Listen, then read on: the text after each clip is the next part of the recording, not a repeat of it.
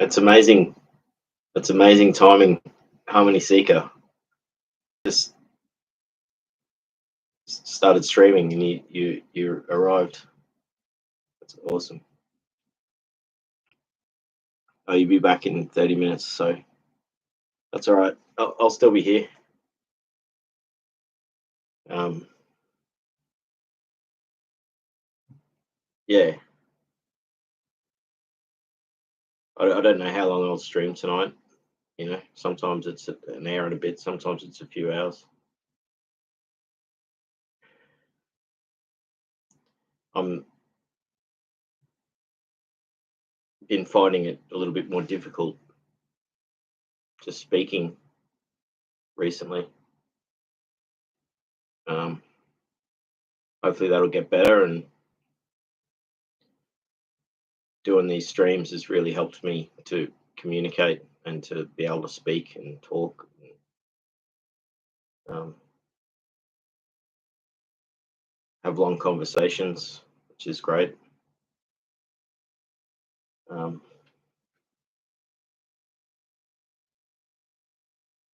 I do get self-conscious if I watch one of the videos back, you know, and then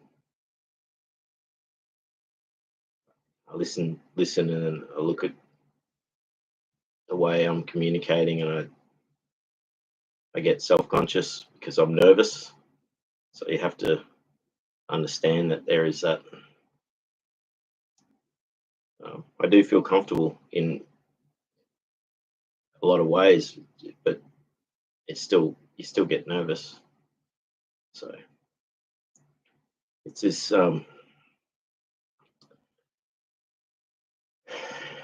dichotomy, or you know, um,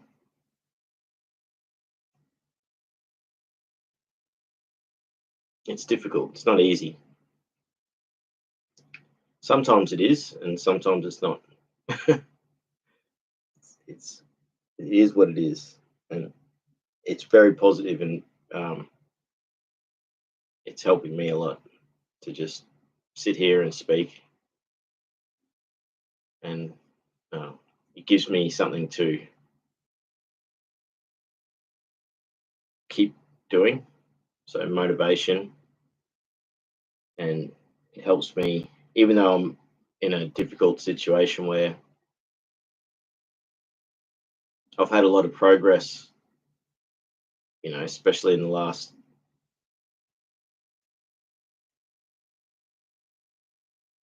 maybe 9 months. Um, well, it's really been a whole year. If I look back, and that's something that I have been doing, is um, you know, going over where I was 1 year ago, and I was in hell, basically absolute hell, a very safe hell because I was still had shelter and food, but um, it really wasn't nice at all, and it it got worse in a way, even as it was getting better, and that's something to be wary of, or to be aware of, is that you can make um, positive changes, and you know, go through some extreme times, and things start to change and get better, but then as it doesn't just automatically magically become better, you know. And that's what I experienced, was it got more difficult, but as I was going through that difficulty stage, things slowly got better.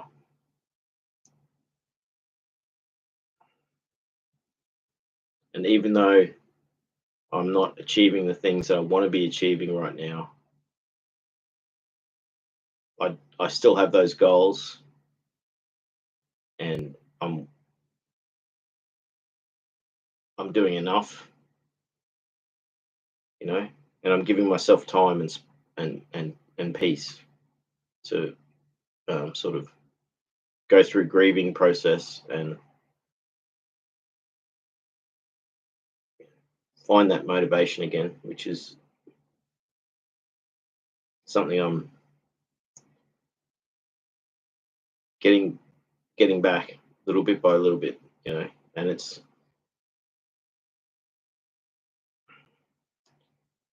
if I look back several years ago where I was highly motivated, I was working very hard, I was um, very energetic, I was doing a lot of things, and then I look at you know, that this last year was like stuck in a healing, and it was a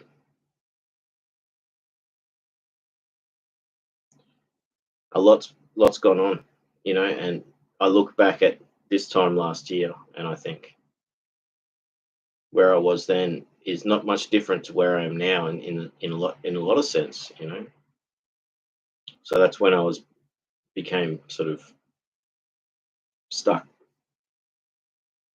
Basically, I was spending most of my time lying in bed and had no motivation, and I was fighting for that, and I slowly gained motivation throughout the year, but it wasn't I wasn't able to actually get to the pace and energy that I was wanting. And I have to understand that I wasn't able to actually do that. So that everything I did do was,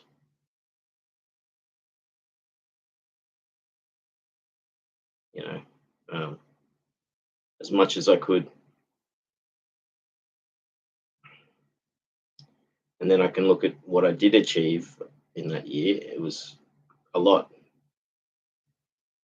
So having a positive mindset on what I was able to achieve despite the circumstances makes a big difference. You know, um,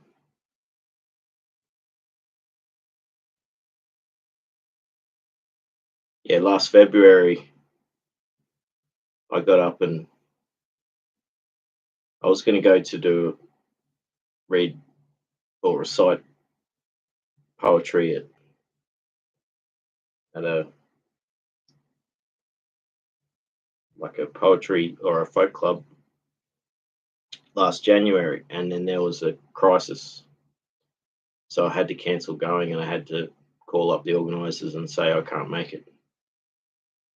And then um, I went to a poetry night last February, and I got up and recited one of my poems, and it was good.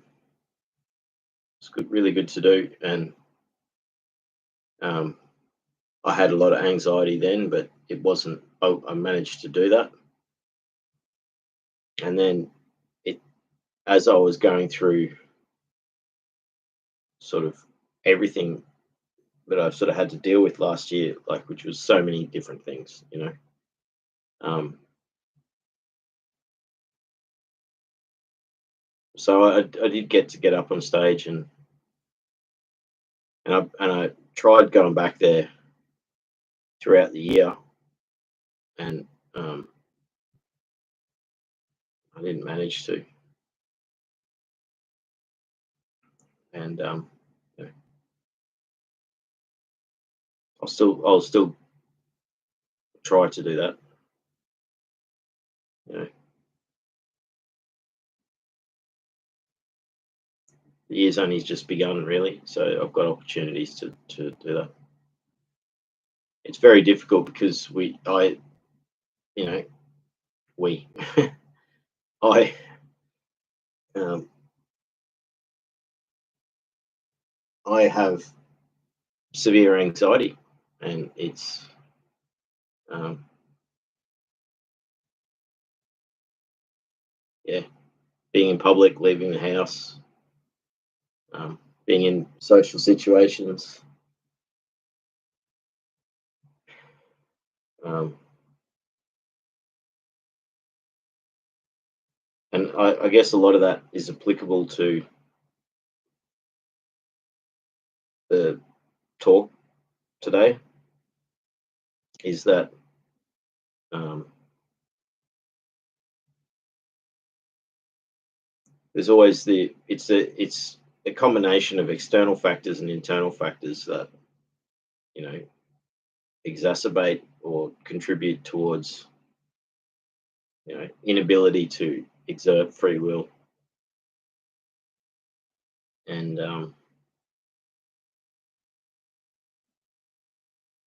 it is like a core issue. You know, it's a contentious issue because a lot of people um,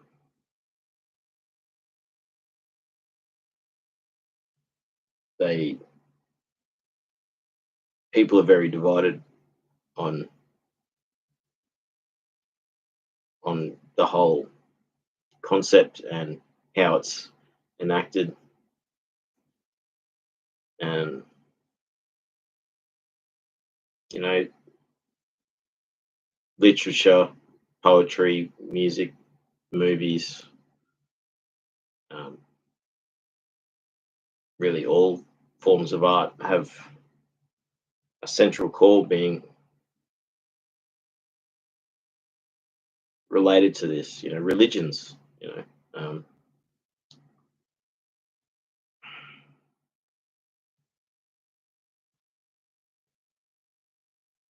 so it is very central. Um, I just noticed some been fidgeting, not paying attention, but maybe I'm just using that as a. I've been standing here, sitting here, looking at like it's a silhouette or the bit of light between my fingertips while I've been talking, and so it's been distracting me a bit. But maybe that's a sign that I'm nervous. Um,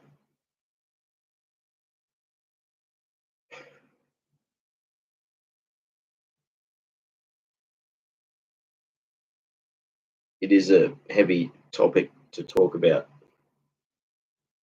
um, in relation to what I put in the description, because the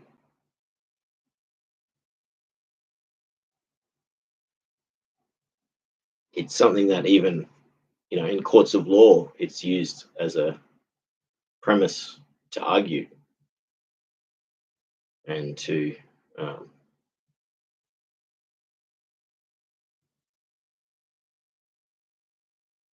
it's such a central core aspect to everything, and yet it's so complex and dynamic that to just basically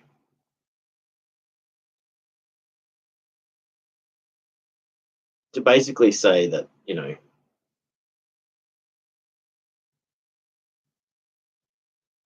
well, we have free will, then this, or well,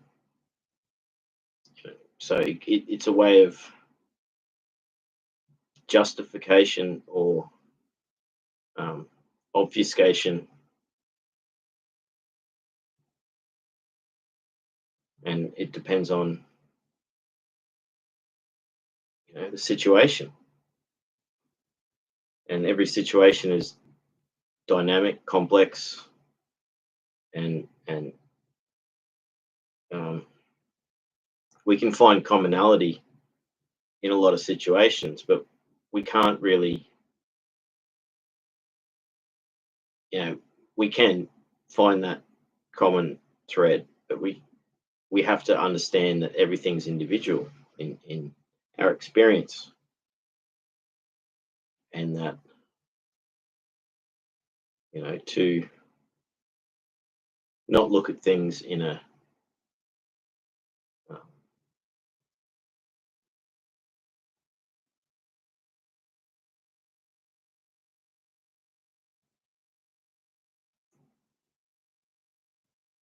it, to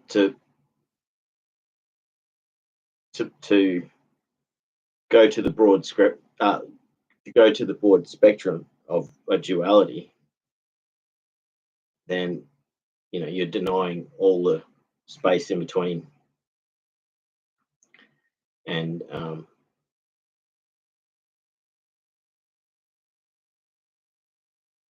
so there's infinite shades between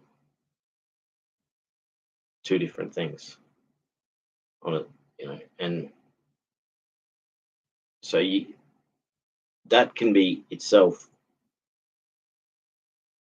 difficult to then interpret, because things are so uneasy. It makes things difficult to read, so it's easier to be like, this or that, and you know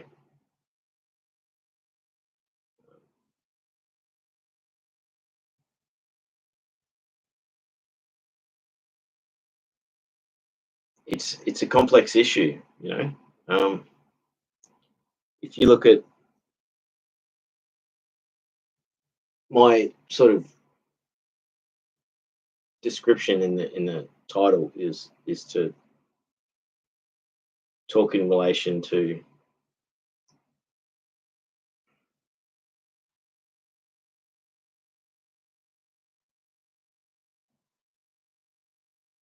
how does free will exist within systems that are um,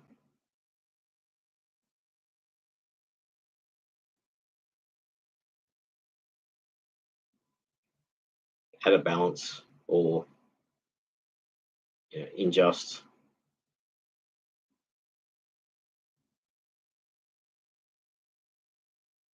How does the individual respond with free will in those situations? You know,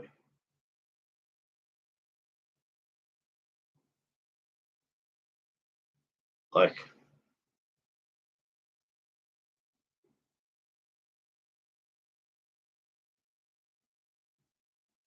I mean, I could probably use the allegory of the cave as an example. Is like, well, it's like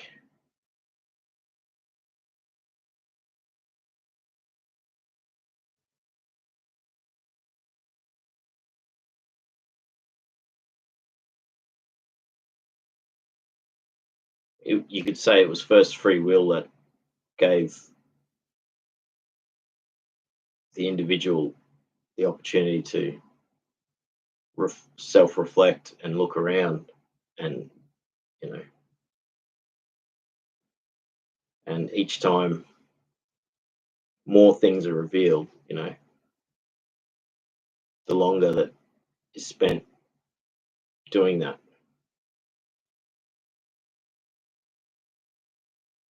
realizing that the shadows on the wall are just fake. That's not reality. It's like a projected reality, and that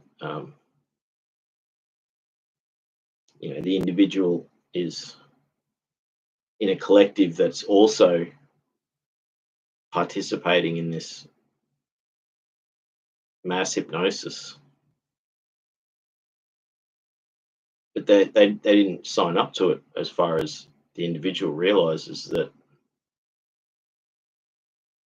they were just placed there, and not just placed there, they were chained They were chained and bound, and you know, realizing that they can break free from that was a form of free will.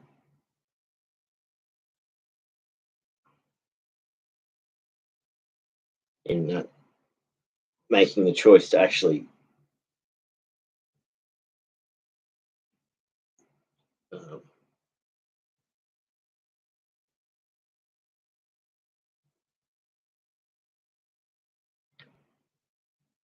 to break free from, you know, that system that had been imposed, and then, you know,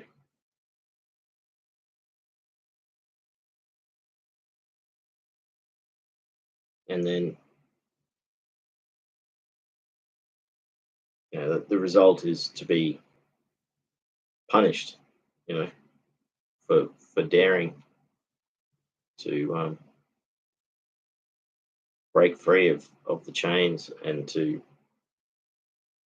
see the facade that is being created, or the illusion that's being created. But I don't know. Probably better not to. I mean, I could go talking about that for a long time, because it's very applicable.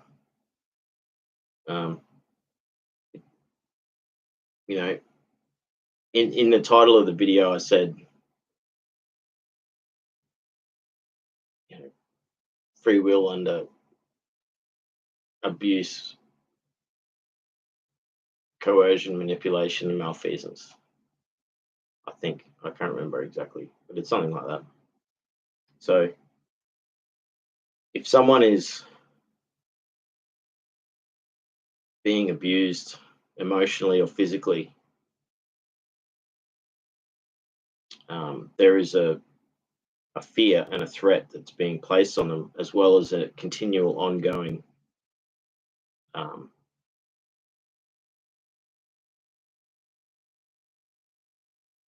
form of violence, you know, physical or mental.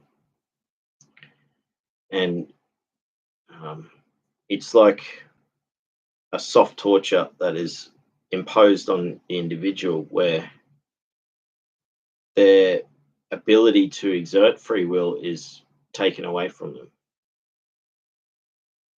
And people will say, "Oh, why didn't you just leave? You know, why didn't you just, you know, um, why didn't you fight back? You know, you've got free will." Well, what happens when you do leave and there's no one to support you?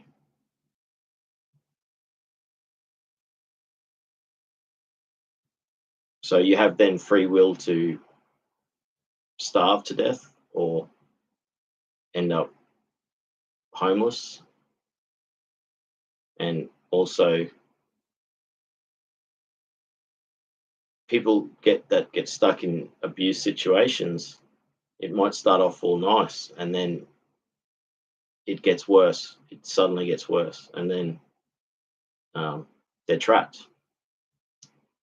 They are invested. They've invested their livelihood, their everything they've worked for, their financially and emotionally as well, physically. You know, in family situations, like if it's it just becomes more complex as a thing.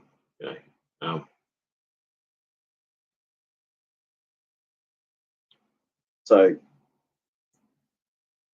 yes, the individual can just leave.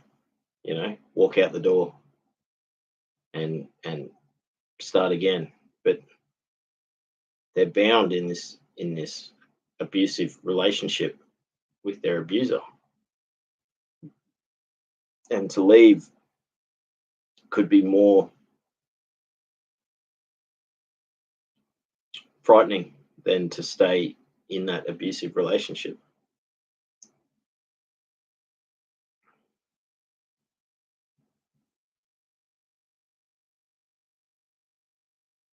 So, how much free will does this person have? So, and they can put up with this abuse for a long time, um, just because they feel they've got no other option. They always have that option, you know. So, um, people talk about um, people that suffer abuse. Once they become more powerful than their abuser, the abuser stops. And but not everyone has that opportunity. Some people are stuck in that space where they're not going to be able to get strong enough to be able to fend off the attacks. You know,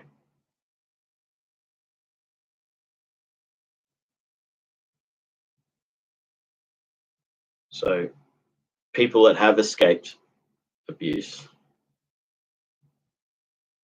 they say that it took many years for them to actually get to the point where they could do that, walk out and start again.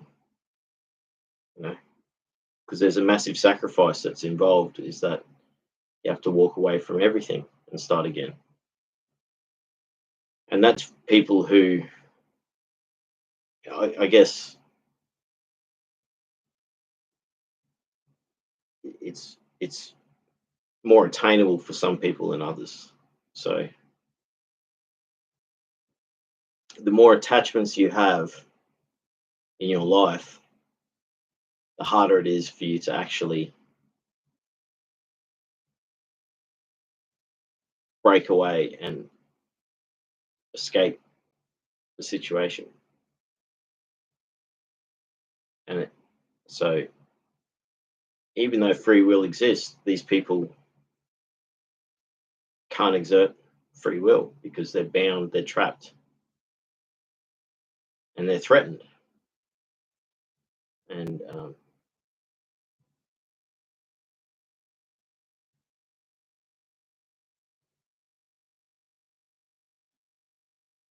so with coercion and this, all these things are interconnected in how they are expressed, in the sense that um, similar tactics and behaviors will sort of cross over between the different ones.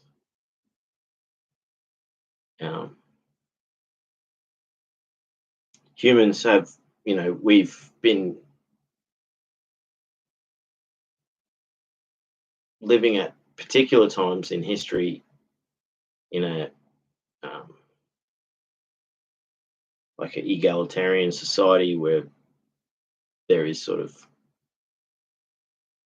freedom within constraints and a certain amount of safety against um, danger and being preyed upon. The rest of the time, we've been slaves or masters, and so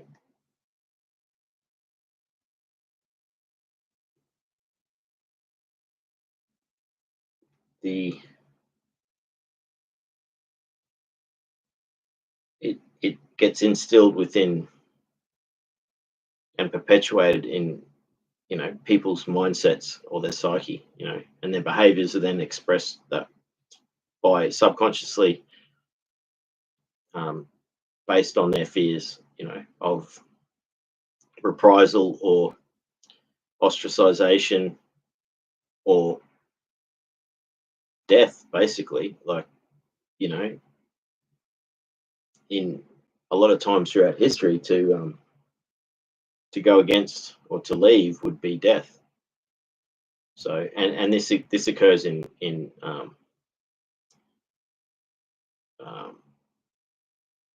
modern cults, religious and non-religious cults that practice, you know, very unethical behavior as far as like they're essentially torturing the people who are part of these cults, and they have the same thing. They then someone goes to leave, they strip them of everything, and then they go after them after they've left. So there's the fear of not being able to even leave. And they make examples of people that have left to instill fear in the people that are there.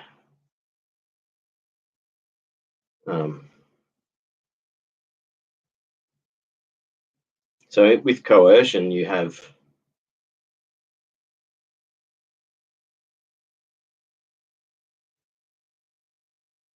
people playing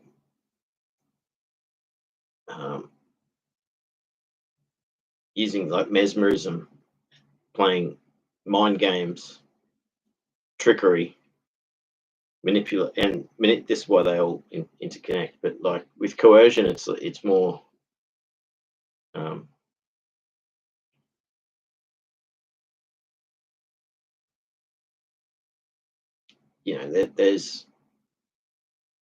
they might dangle the carrot, but then they hold the hammer or the whip or whatever it is in the other hand. So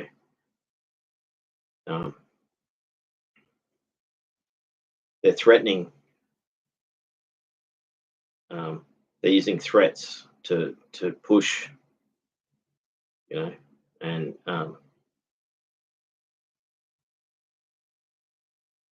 it's the same thing. Ostracization.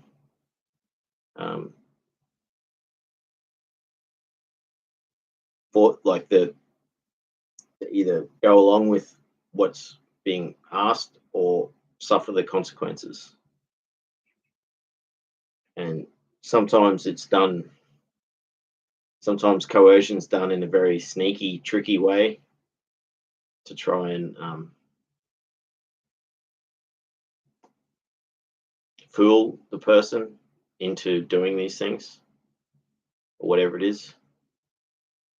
And other times it's a lot more overt. It's literal threats to their safety or their well-being to force the individual or individuals into complying with the request.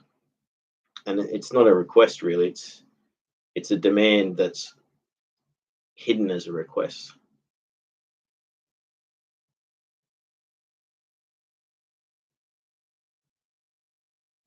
So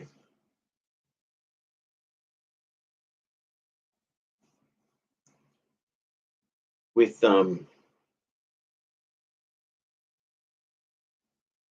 coercion can be direct, can be personalized, but it could be a sort of more general thing. And then manipulation then becomes more direct in the sense that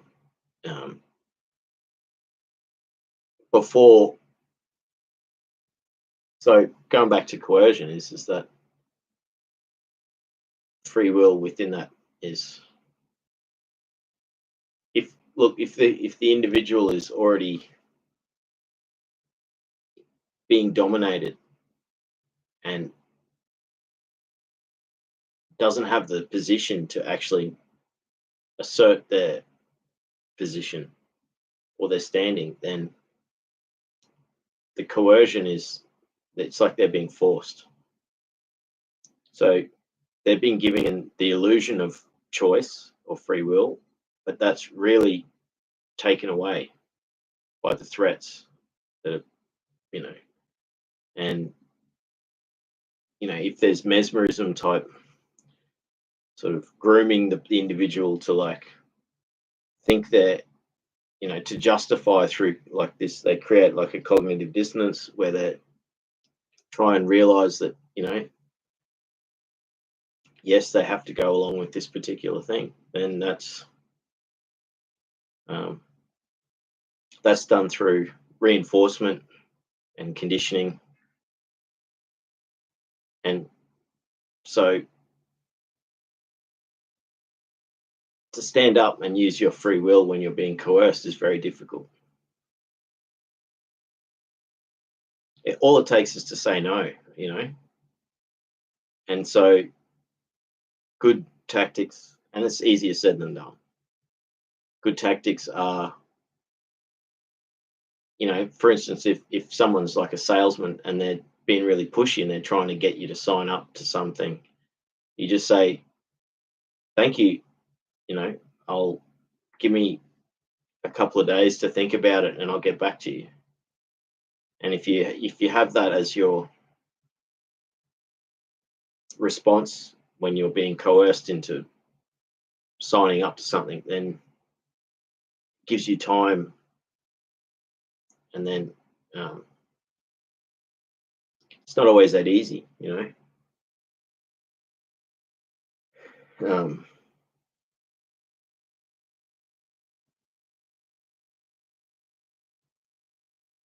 not easy at all. I see there's comments there. I'll get to the comments in a minute.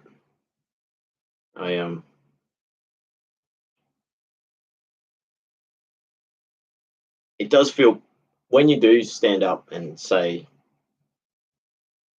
thank you, no, but I won't. I you know, that's not for me. It is empowering. Um, but we're talking about a system where there's this overarching pressure that's it could be coming from one direction or all directions. And it creates, it removes the ability for choice for a lot of people, so their free will is taken from them. If people are susceptible to that, then you know it's easier to be coerced. So it's like a fitness that you develop strength, because different to abuse where you have someone who's could be physically attacking you, and then you become broken down through the the violence of it all. And then um, a lot of people in highly abusive situations have a connection to their abuser, where they will stand up for their abuser and they'll justify it, and they won't say it's abuse and all this stuff when it clearly is. And so this is a big part of domination and the mind control aspect of the victim becoming victimized and disillusioned and um, programmed, to go along with whatever abuse is going. And coercion's a little bit more difficult because it's like for the so there could be rewards given to um, threats or rewards, you know, and it makes it difficult. So some people agree and think that they're going to get this positive thing for going along with what they've been said to, and then it either turns out that they were lying and it was false, or it turns out that the rewards that they get are a fraction of what they've given up in being coerced into doing something.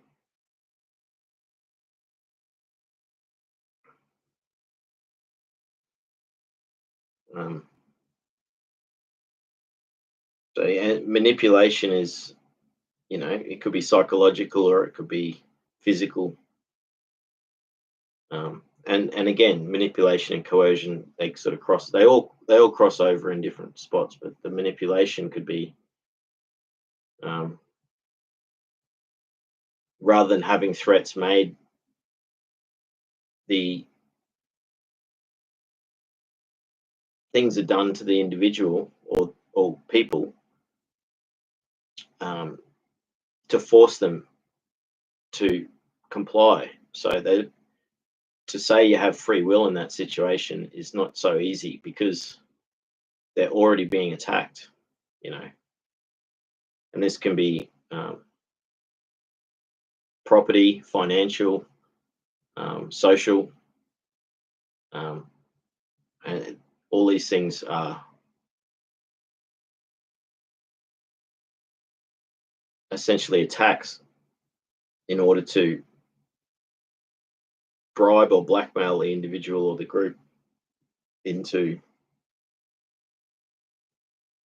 going along with complying or agreeing to something without standing up and saying no or walking away, you know.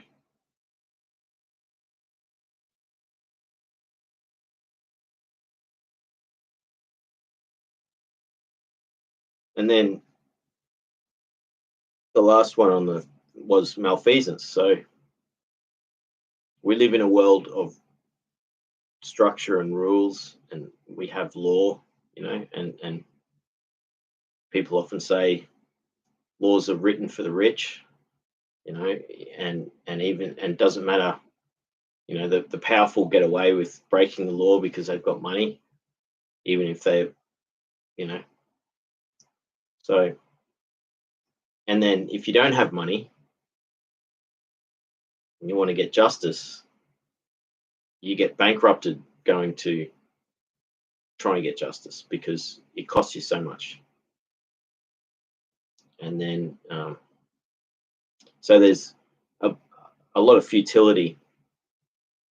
Malfeasance also extends to, someone who's been, physically, violated and then goes to the police, and then the police don't do anything about it. So then they become additionally violated. And it's not just, I don't want to be demonizing the police, but that's just an example. Um, Going to an authority that would, um, you'd be exercising free will to seek justice and then have it denied. So it creates a futility, you know. So what can you do?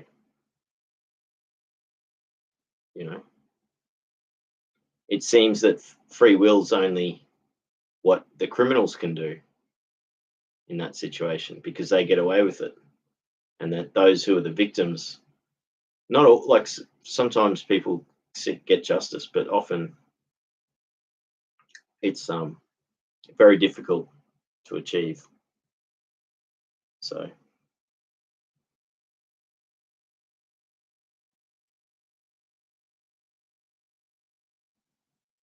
um,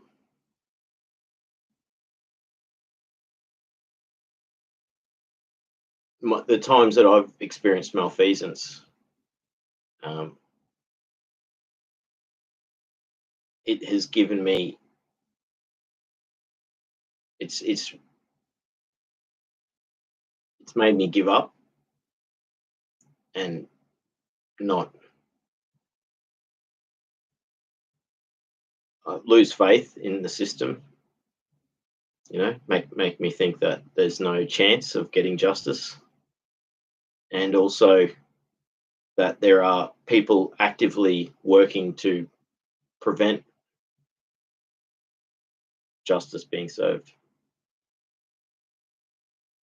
which is even more disheartening. You know, so it's like you start thinking that people in positions of power are actually just gatekeepers for bad doers, and evildoers, and that you again, it just keeps feeding into the disillusionment and fear of speaking out, fear of seeking justice or wanting what's right.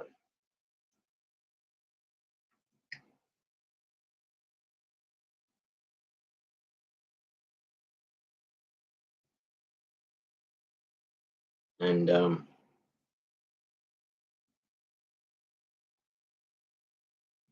it's a very painful aspect too.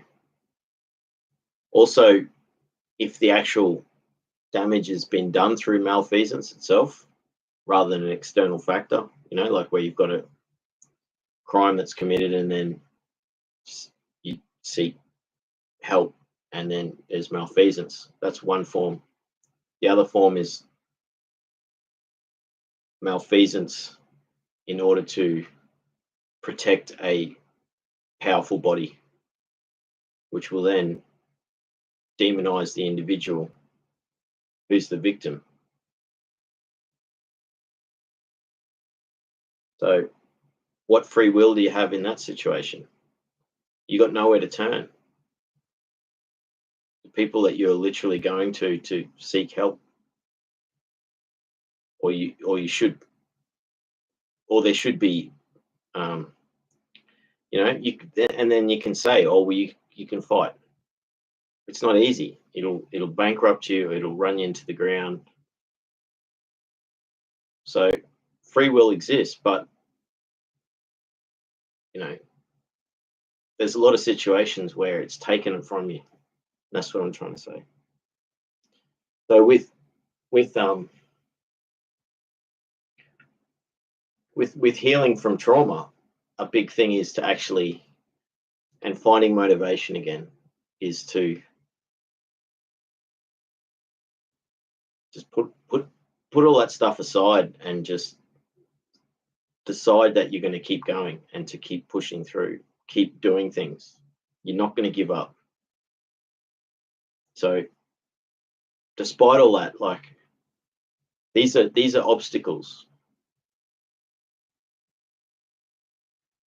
and that the people that do get away from abuse they do make that sacrifice, and against the fact that they won't get much, they're facing a difficulty ahead with making that decision, yeah.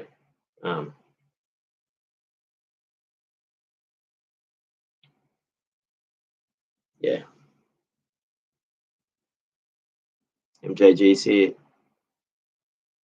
MJG says hi, Luke Kyle. Kat says hi all. Shaw says hi, everyone. Harmony says hi. Australiana says hi, developing trust is like pushing crap uphill with a rake. That is a word, and so is no. Exactly. No is a very powerful word, and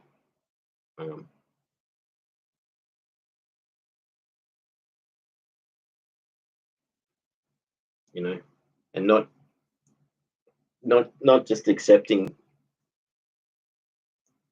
things, by saying no, I don't accept. Very powerful. It's one of the things I'm learning,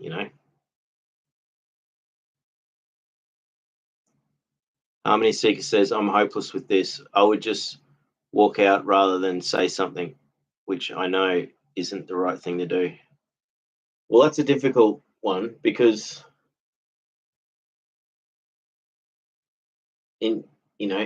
intuitively or instinctively, that could be the safest thing. There's so many people who have said, if I didn't just pack my bags and walk out, I wouldn't have survived. I wouldn't have got to where I am now. So it's very difficult. Like, it's different for different people. But I agree with you as well, is that, that they're drastic measures, and it's better to somehow resolve things without going to those lengths. How do you do it? And it's very difficult, and it depends on the type and level of any of those things I was mentioning: abuse, coercion, manipulation, and malfeasance as well. Because,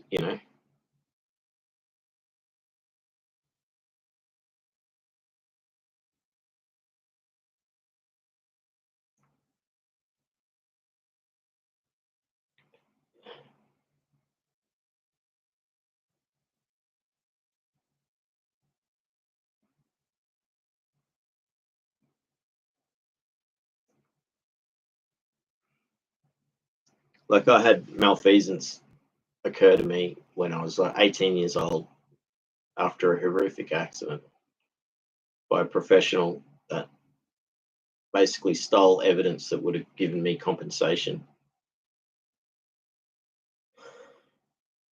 And that set me in train to not have mistrust or distrust towards professional medical professionals. So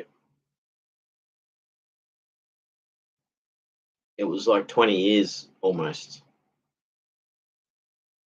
between even seeing a doctor after that. And then I had a similar situation where I was explaining this to a psychologist, and he made me feel like it was my fault. And he accosted me for like as if it was me being upset and traumatized by it was stupid, and I was silly for, and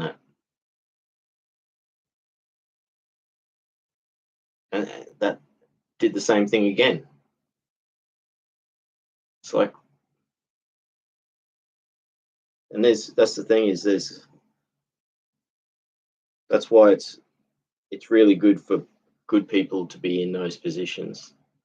And that's what gives me hope, is that, and that's when I do find a professional that is good, I feel safe and comfortable with them, and I'm able to not get triggered by past experiences. Um, yeah, it's difficult. So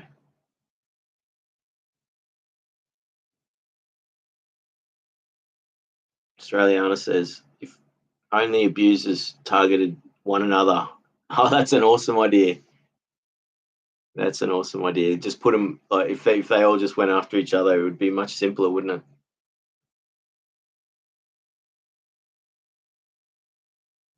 it? Returning to abusers, expecting them to change, means we may have watched too much Walt Disney as a kid. Yeah, that's it. Like, there is a lot of sort of programming and stuff where,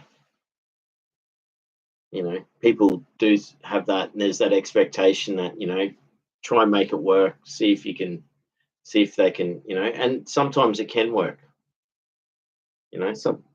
sometimes it can, but I think that the percentages are much lower than repeat offenders or people who are pathological.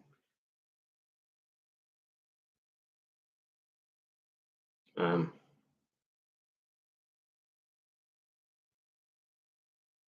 it's there's all the research in that. Um,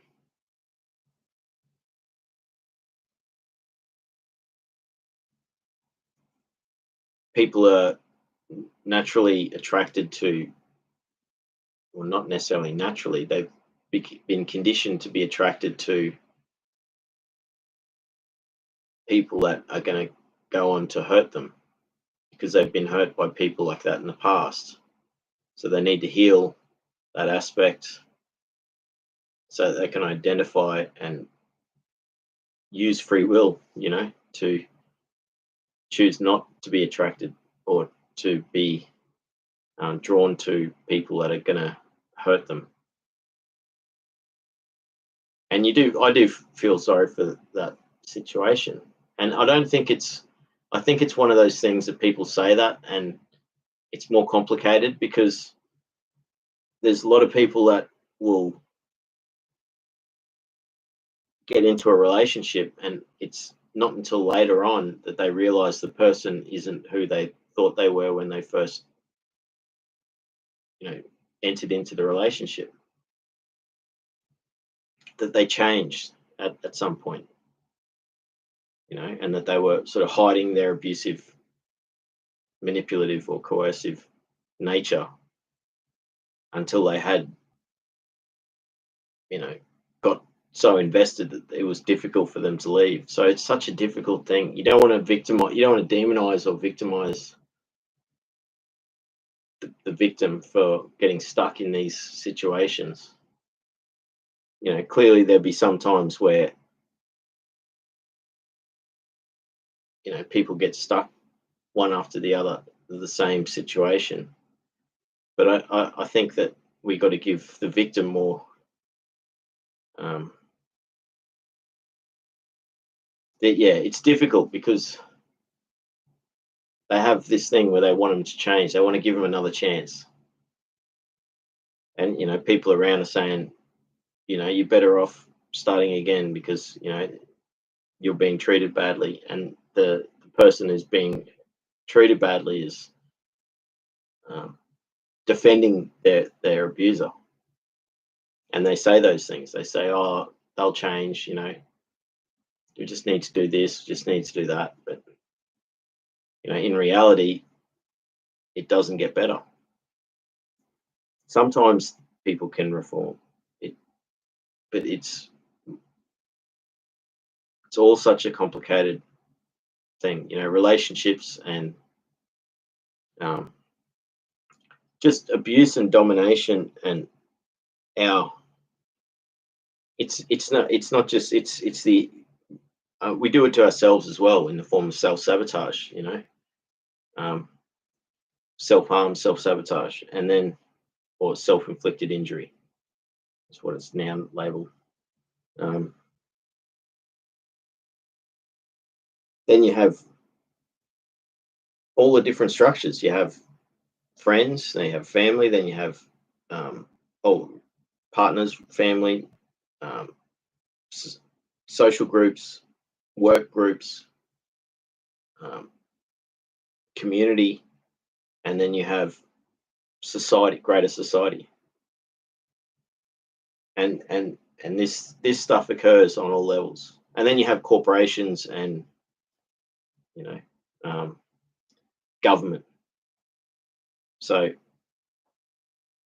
that's a lot of different social structures to have to deal with, you know. It's a lot of different social structures.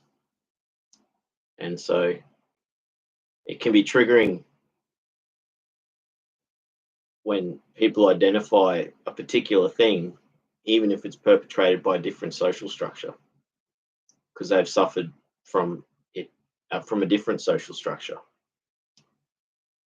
Again, preventing free will, because disillusionment and dissociation and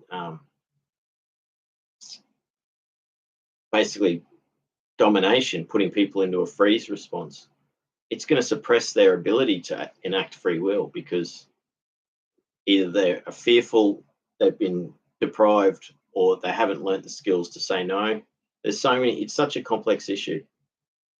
So having agency and, like, you know, even just that, people not listening to, you know, people repeatedly not listening to the individual creates disillusionment. So what's the point of speaking up if no one's going to listen? So it removes your ability to even vocalize your concerns. You know, it becomes futile. And don't give up in these situations. There's always a way, you know. But it does cause cause ongoing pain and trauma. That's the thing, is that these things continue long after getting away and starting and something new,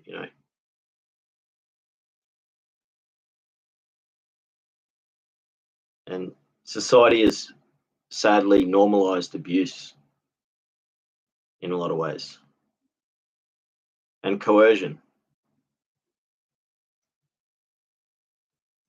and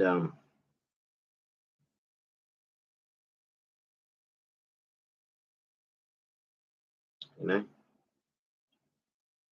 I don't want to sound negative, because there's always there's always a positive. There's so many, you know um, I study horrible things about um, evil cults that exist in this world, and survivors of them, and they all have a point where they have to walk away, and sometimes in some of them they don't get to do it until there's a critical mass, like there's enough of other people who've walked away, and then it's okay for them to do it. So they'll be stuck in this cult for 20 years until there's enough people who've left that gives them enough courage to actually, have the free will to leave, because it was taken from them. They were programmed, and they were manipulated, coerced, and abused. And they can go on to live happy, productive lives afterwards. So that's a really good example for being able to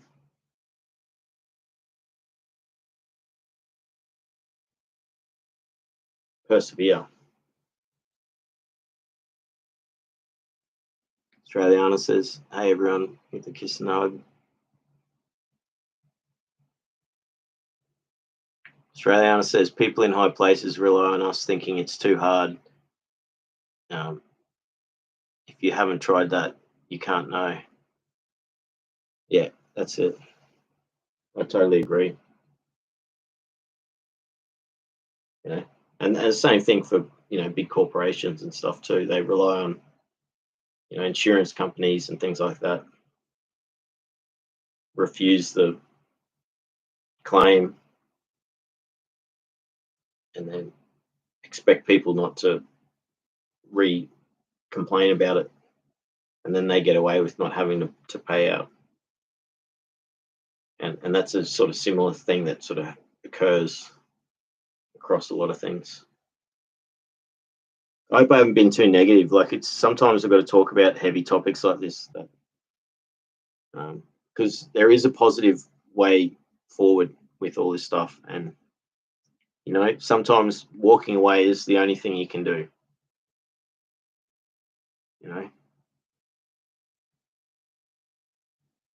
Seeking help, finding out how you can get help.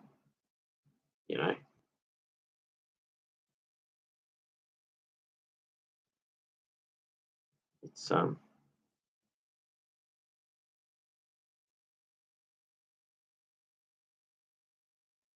it's not easy. What I'm trying to say is that free will still exists. It's just difficult in those situations. You know?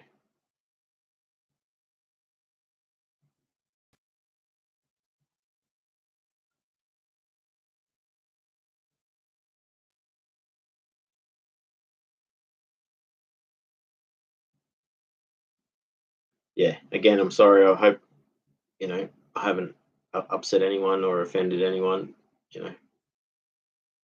I try and be positive and optimistic and try and give hope. And you know,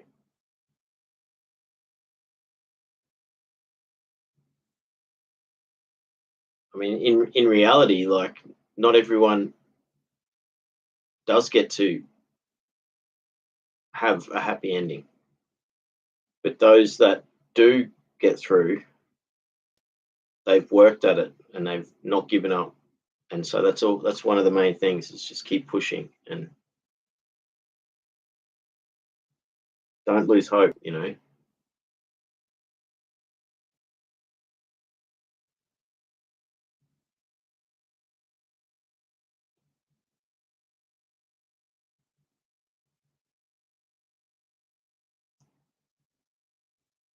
It's been it's been good to talk about the stuff tonight. Like, I really wish I had more prepared, like a. I mean, I can't give advice, you know, but like I can say what works for me, maybe, and what has worked for other people, and that is just perseverance, and then finding the right time to um, swim upstream. You know, it's like I say, fish, fish make it up. Fish swim upstream. You know, against the current, against the heavy load and the burden, not by trying to fight the river. They get there by resting in the shallows and picking the time when it's right to try and fight against the current and swim upstream. And they, you know, they're not wearing themselves out. You know, so being pragmatic and not giving up. You know, and knowing when to pick the right time, and that's free will in a lot of ways. Six Sense Amelia's here, awesome. Six Sense Amelia says, "Kia ora, good evening, Luke, in chat room. Glad to have you here, Amelia." There was hopefully I wasn't, maybe I was talking about too sensitive a topics, but there was a lot of people here before, and that it's not as many people at the moment. But I mean, it's this time of night. People are cooking dinner and stuff, and it'll be already getting to late night, later in the night for you, being a couple hours ahead. Awesome. Six Sense Amelia says the light above you has created a beautiful halo effect on the screen. Yeah, it is, isn't it? It's awesome, isn't it? It's the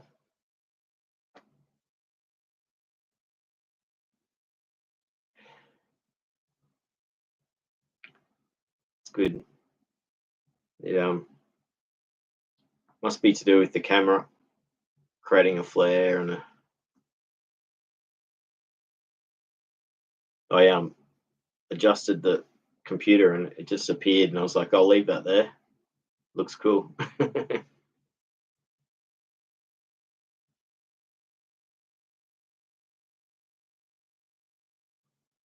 So it's a good, I mean, talking about this stuff's good because it gets you thinking about it, you know, because it always, you know, free will's always there. Just in some situations, it's not as attainable. It's not as easy, you know.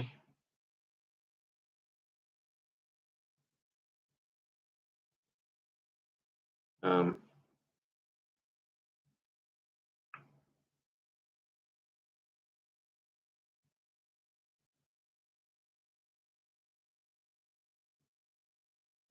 what do? You keep going. You keep pushing through. That's that's that's free will right there. You know, not giving up. Awesome. Amelia says, I'm okay with challenging and difficult topics. That's good to hear. Because it is, you know, it's not easy.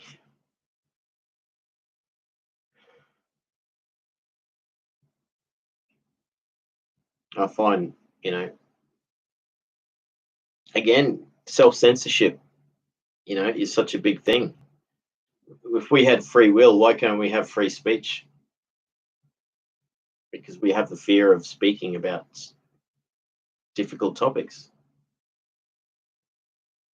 Should be fine, you know, as long as you're speaking within reason and you're not endorsing things that are inherently evil or bad. You should have free reign to speak, but we have this self-censoring aspect to our discourse, and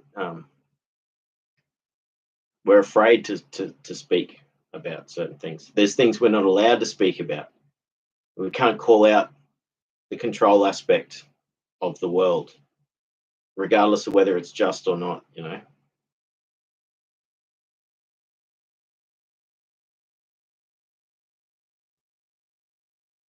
It's like if you went into a casino and said it's all rigged and the house will always win.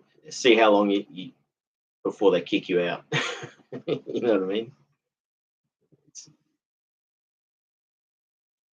It's and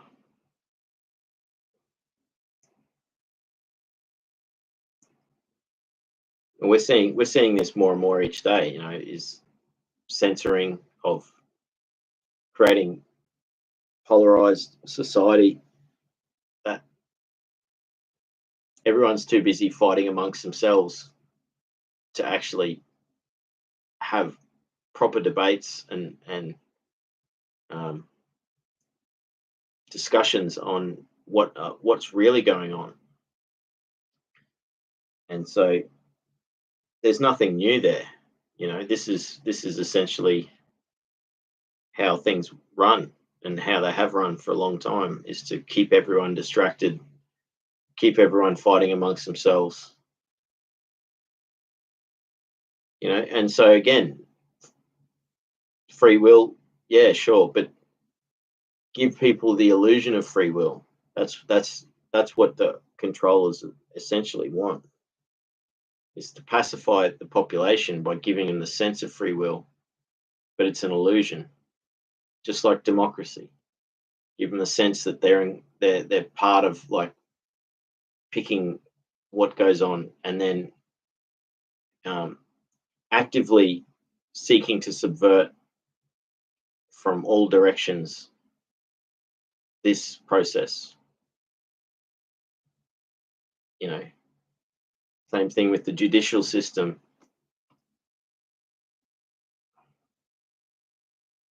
Same thing with the moral system. Morality through society is subverted and perverted, and it's being done actively. So, when people say the world is a battle between good and evil, you could argue that it really is.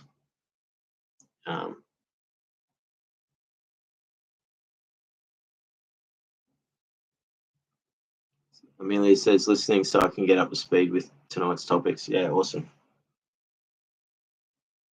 So I think that's a difficult thing to grapple with, the hypocrisy that we live within, and that, they try and touch on this with films and literature and stuff like that, music.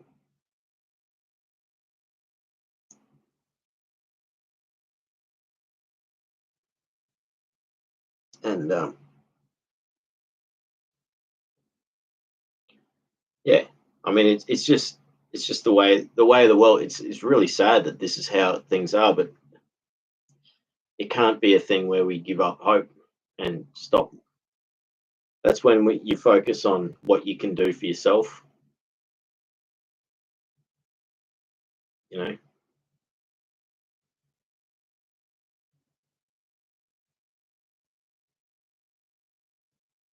Essentially, if you're speaking out against the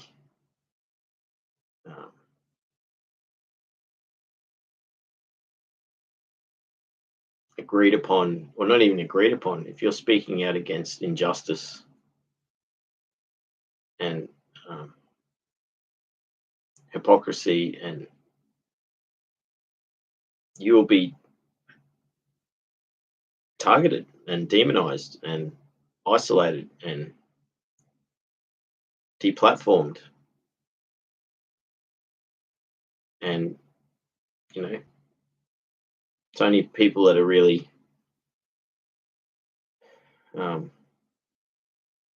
plants or um,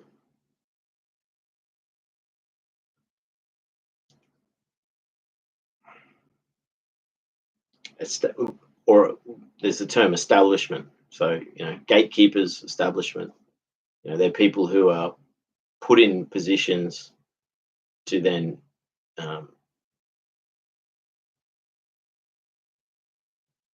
be the spokesperson for, you know, what's cool, what's morality, you know, what's ethical, you know, what's good for you.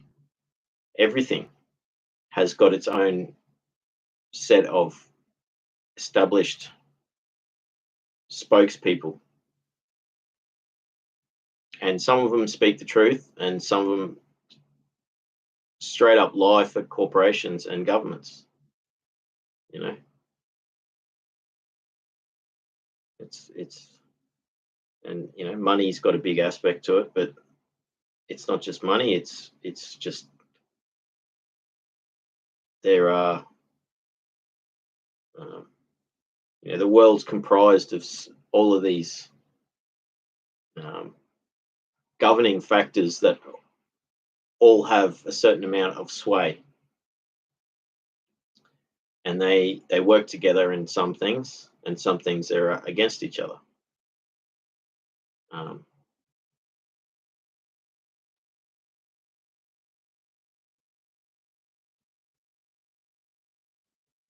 It's never a simple answer. I mean, sometimes it's easier, but like just even that can be make it futile. But then when things are like that, then you can still find beauty in the world. You can still, you know, at least, you know, you can find solace in the fact that if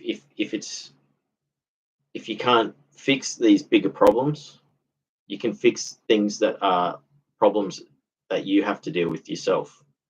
That what what things that have what damage and things that have happened to you, you can heal from that yourself. And if enough people are doing this in the world, it's going to have a greater effect. It's going to actually reverberate, and things will be better for everyone.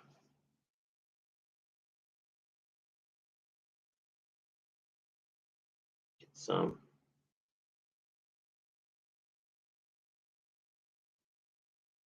so I guess a good thing with free will would be to do your research. You know, when people tell you things like saturated fats or salt's bad for you or something, do the research and find out maybe you're salt deficient. You know, that it's different form of salt that gets put in processed foods, and that natural salts are good to have in your body, and we lose those salts, so people have become deficient.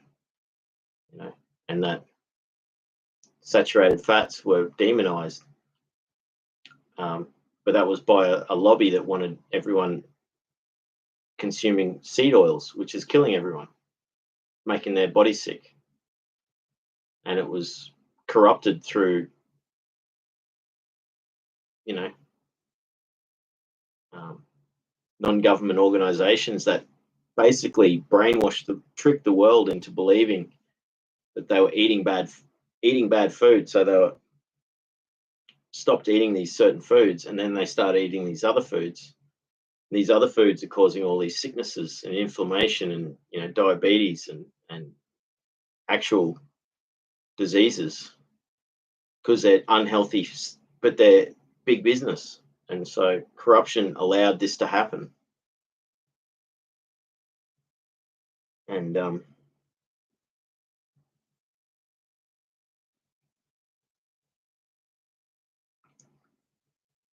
you know,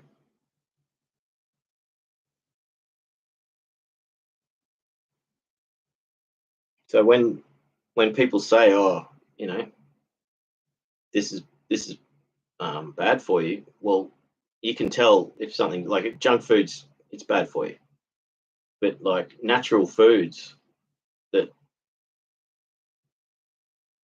there's a much higher chance that it's actually good for you, and that the people telling you it's bad for you just want you to buy another product. So in that sense, do research and learn about it, and then that's exerting free will, and then you can actually eat healthy then.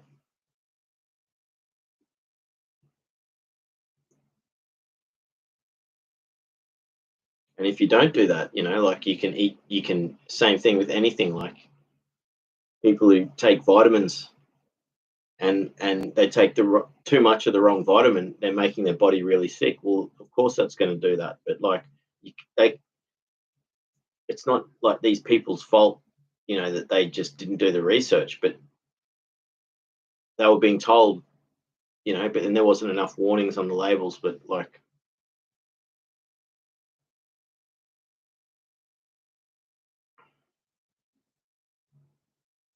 you know, moderation's a good thing.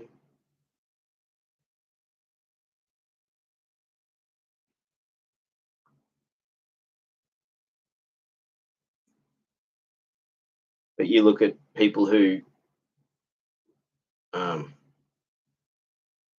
yeah, try to speak out against false information, they get demonized and their careers destroyed, and they get threatened and all this sort of stuff.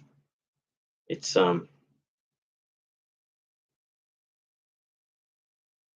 it's horrible, and they're trying to speak out to have people to live healthy lives.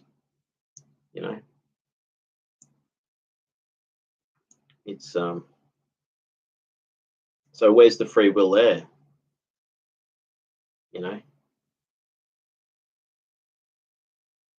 someone who knows and is educated that the population is being basically fed food that's bad for them.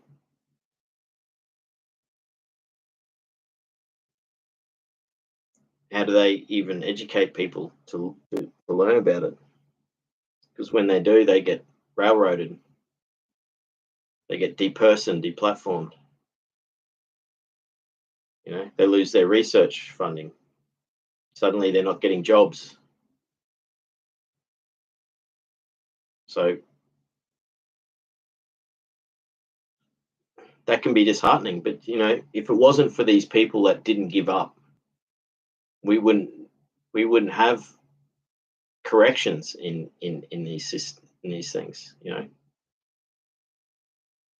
So the world is becoming more enlightened and more aware. You know.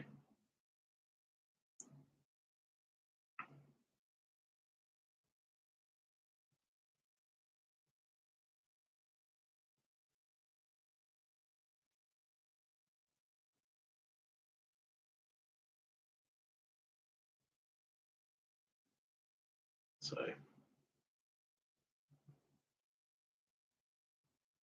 it does give hope. When people say, like, if you want to heal yourself, you've got to do all the work. You've got to really put in the effort, and you've got to really want to heal. I mean, we all want to heal, but like we're stuck in. It's not easy to do straight away, And there's financial barriers for a lot of healing techniques. So in a lot of ways, we have to do the work ourselves. We have to, and it says in the books, like the best results, like in Body Keeps the Score. Like it's like people that have the best results do the work themselves. They don't wait, and they don't rely on these special practices. They get in and they do the work.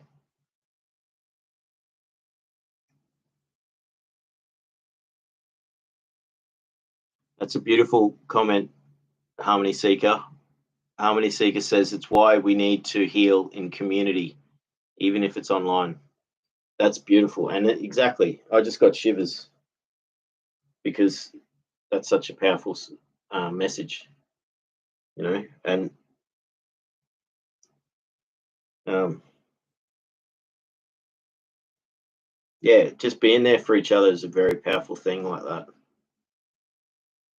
Um,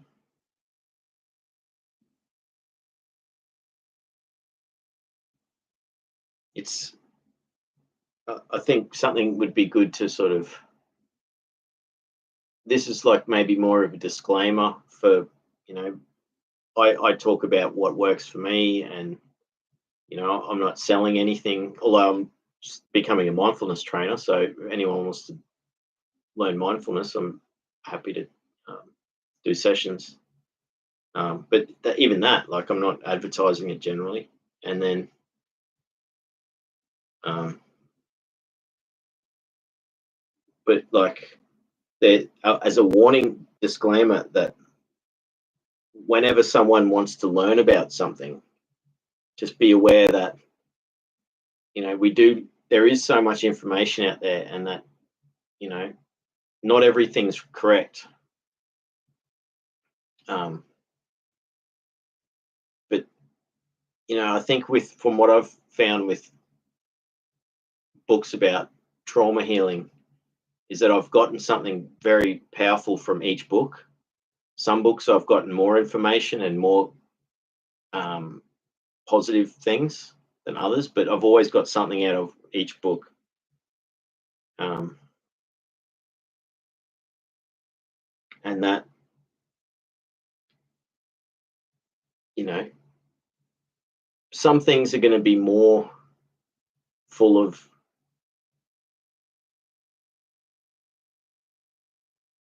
things that aren't going to work, if that makes sense. But going back to your comment there, Harmony Seeker, I think that's a really powerful one. Is that,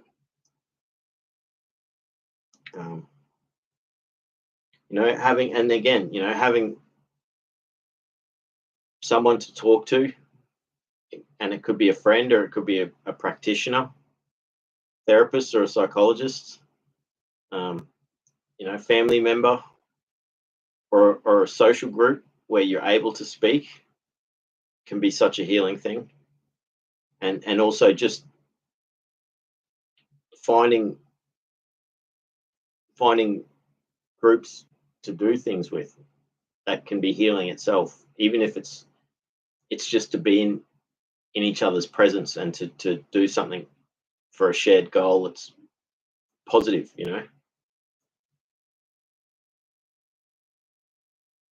So there's so many, it does require a community, because I'm here. Anyone who needs to reach out and have a chat, like, just send me an email. It might take me a few days or a week or so to get back to you, but I'll get back to you, and we'll have a chat. um, and we're all here for each other in that respect. And when we have these chats, um, very often there is that opportunity for people to talk about what's going on, and people give them support and encouragement and advice as well, if they're seeking advice. So they've got what works for them. Harmony Seeker continues, we have to do the work, but best to do it with others who are also healing, but beyond the trauma dumping stage. Yes, that's a really good point. And I've heard that um, quite a few times, is that, people that, once you heal to a certain point, it becomes triggering and draining to be around people who are stuck in that trauma dumping stage. And most of this channel is me in doing that, so I try and do it less and less nowadays. But like, you probably would have noticed the change in me after I've gotten past that stage. And I don't, if I do talk about the past, I try and make it constructive in relation to something. But I have heard that a lot, as far as it becomes highly triggering for people who have healed to a certain point. They haven't made it all the way yet, but they've healed way past the trauma dumping stage, and then it brings them down, drags them back, if they re-triggers and re-traumatize them, and it undoes the work that they've done. And so, unfortunately, sadly, it means that they have to isolate from people who aren't yet at that stage. But saying that, once those people get further along the healing path, they're able to then, and I've heard that too, is that they're then able to happily sit and listen, and be in empathy with someone who's going through that trauma dumping stage, and it's not going to trigger them, it's not going to re-traumatize them, and that they don't fear it, but it becomes something as a barrier at a certain point, and the individual becomes fearful that they're going to get dragged back and re-traumatized. Because speaking for myself, there's been several times where I've been re-traumatized and gotten into a highly agitated, traumatized state that's lasted for months and years. And when you get past that, you become fearful of anything that's going to potentially trigger you and take you back to that stage. So you have to be careful of, this is a great example with that harmony seeker, is that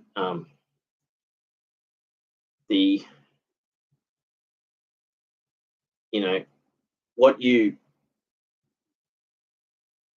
you consume as far as media and food, everything, what you consume as food, the air you breathe, the media, the documentaries or the news or the articles, they can actually have such a powerful effect on you. I do a lot of cult research, so I study cults, and I have for like 20 years. Not constantly, but on and off. And I get to a point where I can't take any more, and I have to say, I can't handle this. This is too much. It's too dark. I can't handle the fact that these things exist, and in a lot of cases, these cults still exist, and they're still doing what they're doing, and that's disturbing when you're learning about their histories and hearing testimonies from survivors. And so I get to a point where I say no more. It's not serving me any good. But then there's points where I can actually disassociate myself from the actual traumatic world that is created, and try and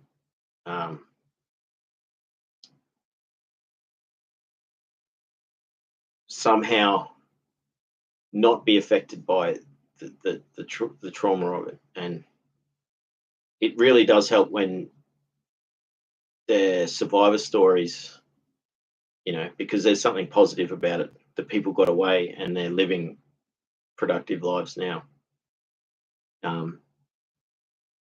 But that can be, it can be a very traumatizing thing. And that goes for any form of, so but at the same time, it's like, I'll have a break, and then I'll go back to it when I feel like I'm ready to learn a bit more about,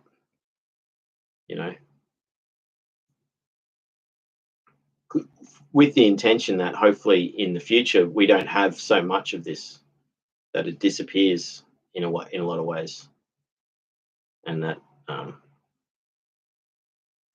But you could, put the same thing about you know, learning about war or learning about corruption, um, anything that's got this history that is can be upsetting. You know, the history of humanity is can be very distressing when you think about, you know, how human life was not valued for so much of history, you know. And then you look at the, you know, it just, true crime could be another thing that can cause negativity. Um, corruption within the medical industry can be something that is good to know about, and the food industry and politics. It's good to know about all these things, but it can also make you really upset. So knowing when to step back from it and to change what you're, you know, what you're learning about. And so, you know,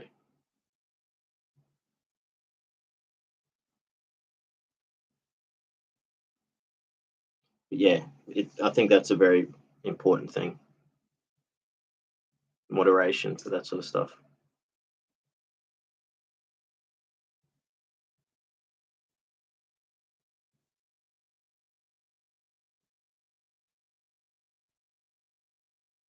Sixth Sense Amelia says, I was tricked into believing that being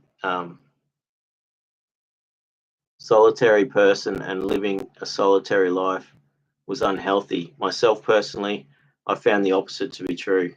That's a really good point. Yeah, I totally hear that, and you hear that a lot. Is that they talk about isolation and loneliness. If you're living a solitary life, you're not necessarily lonely. You know, if you know, and humans themselves, we've evolved and lived for thousands and thousands, long time, both solitary and in communities and in groups, social structures.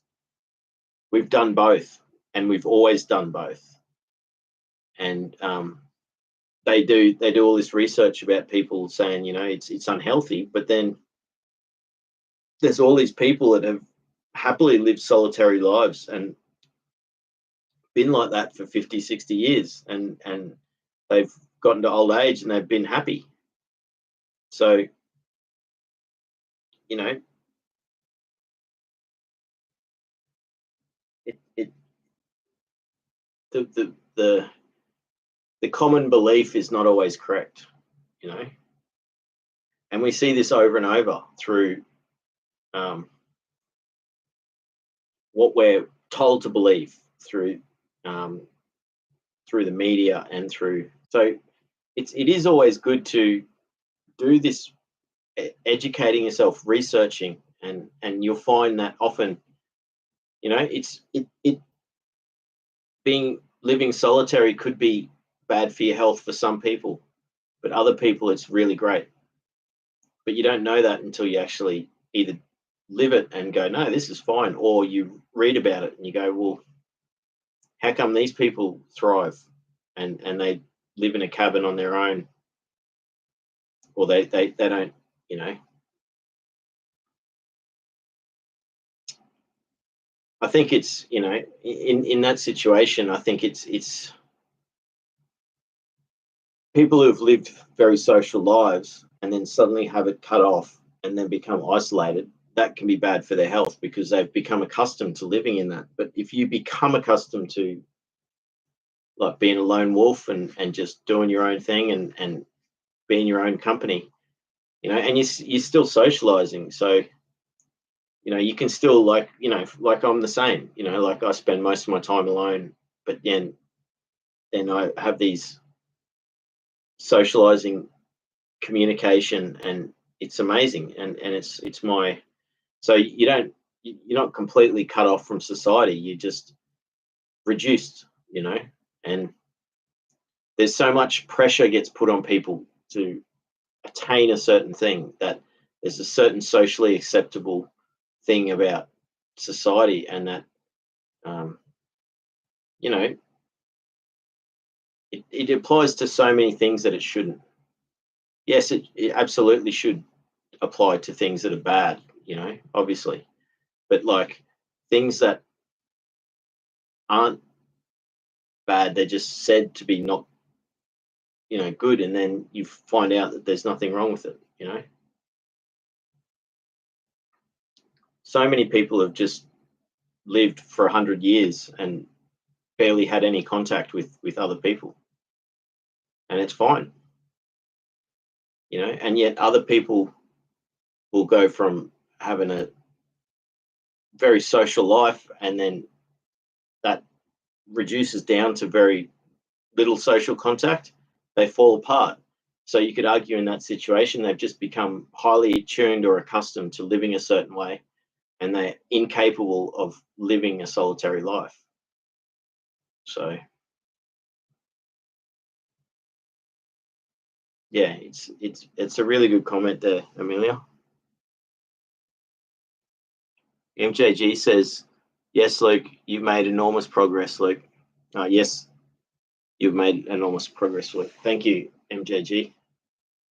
Yeah, it is pretty awesome when I look back at where I was last year to where I am now. So I've got to be thankful about all that. And I appreciate everyone here, like you've all helped me on that journey. So I'm at a point now with everything, I'm still got major trouble sleeping, but that's going to get better. I'm not forcing that. It's going to take, I got a feeling I'm going to get to sleep at a reasonable hour tonight, but I don't know. I might be I might be awake tomorrow and still not going to sleep. It could take me weeks or months to actually get back to normal. And that's just because of my whole sleep patterns got completely changed.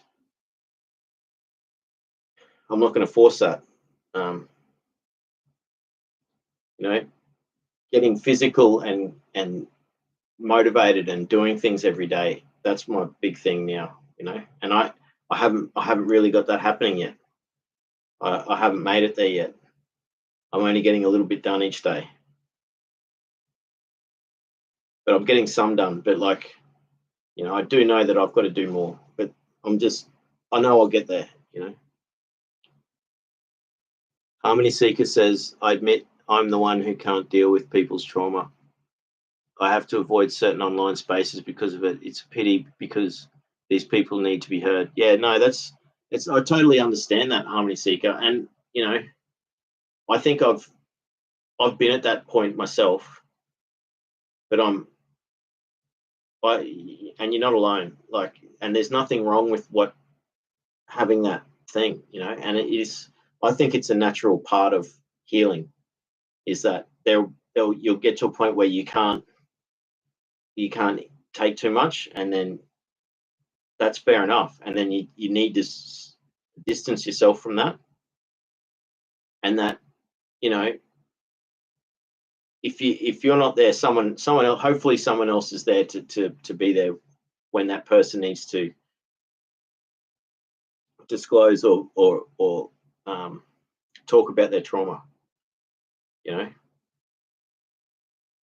and you shouldn't be there and put yourself in a bad position, just because you want to help them, because if it's going to actually cause you more damage, then it's not right. You need to think about and protect yourself in that situation. So you're doing the right thing. And I believe that in the future you'll get past that point, and then you'll be able to hear people talk about stuff, and it won't affect you in the same way. But I think that, I don't know how long it'll be, but I know that this happened to me as well. There was a period where I couldn't handle hearing anything, and then now I can, I get upset about it because I care about these people and I feel sorry for them and I feel their pain, but it doesn't I don't get really upset by it. I don't get fully traumatized by it, whereas I have in the past. And so I have noticed that difference.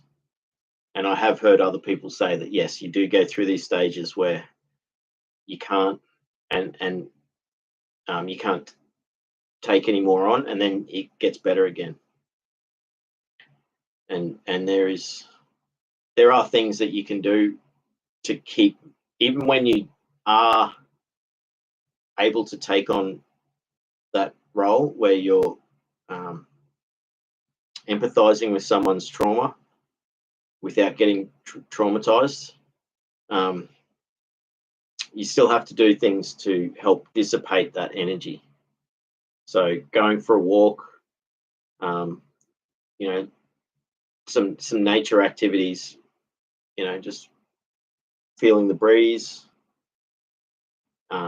sitting under a tree for a while. But you can't always do that, but then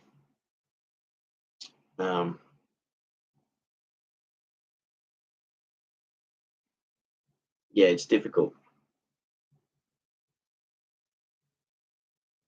It is difficult.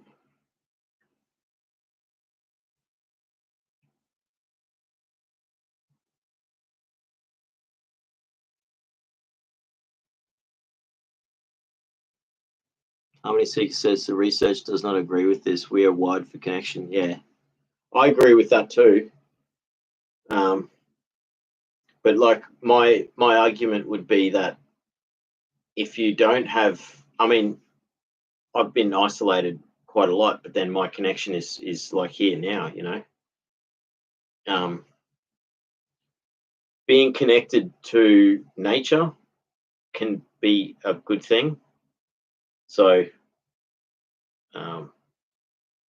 the birds and the insects, mainly the birds, they're like animals that come and visit where I live.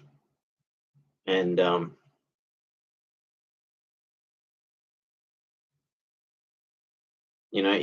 if I don't have connection with people, at least the birds come and visit, and we don't speak with words, but it's something at least, and but yeah, I think that's why I'm so grateful for this, this community and forum, is that I was so isolated, and that was my first live stream was like I'm isolated and I'm lonely. I've got complex trauma and it's difficult. And then as soon as I did that, like it started the meeting of fellow survivors and people on the healing journey and we've sort of become friends and been there for each other through some difficult times, and that's pretty special connection. So I appreciate that. Harmony Seeker says, we as a society do need to understand the differences in people, and living a life where you do much alone is okay as long as you have some connection. Yes. Even with animals, nature. That's awesome. I didn't even read that, but that's like what I was just saying about the birds and that. Yeah. And that's exactly it. So yeah. And that's the beauty of that, is that you can do that.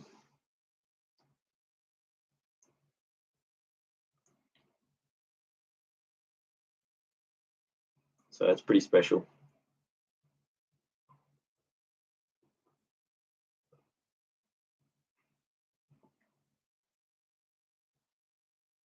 So it's been another good constructive conversation tonight. It's good to talk about these things. And I really do appreciate this connection,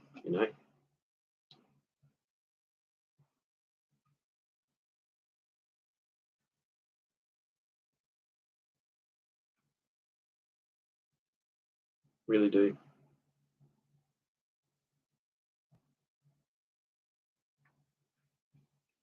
And the idea is to keep it going.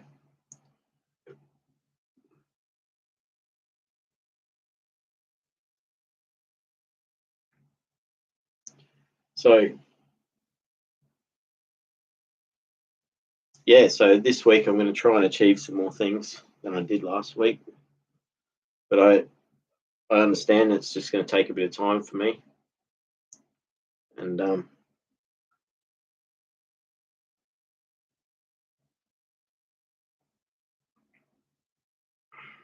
got a friend I spoke to yesterday, and he's going to try and get me into a healing retreat, which would be good. So I'll see how that goes. It could happen in the next few months, and then I can tell you all about what happened, because I've never done that. So I think it's a 3-day retreat. So I think that'll be good.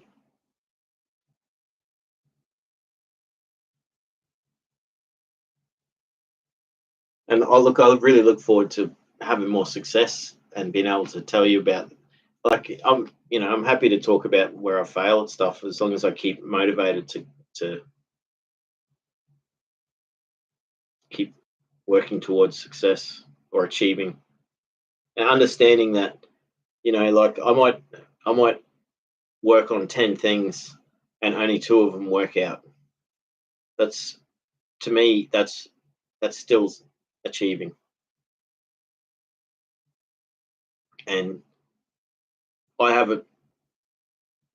the way I sort of work is that I'm happy to have like a lot of projects that I want to work on, but realistically I know I'm not going to be able to work on them all. So it gives me an opportunity to then work on whatever I can, knowing that I'm not going to achieve them all. And then if I only have 1 or 2 projects, then I may not achieve any of them, if that makes sense. Some people are different. Some people, they're happy to just have 1 or 2 things, and that's all they do. And then when they finish that, they move on to the next thing or whatever. But for me, it's like I got my music, I've got bushwalking, I've got poetry, I've got like the garden, I've got all these things. The business I'm trying to start, So prioritizing is a big thing. So I do have priorities where I've got to focus on the business essentially now, and then get that happening.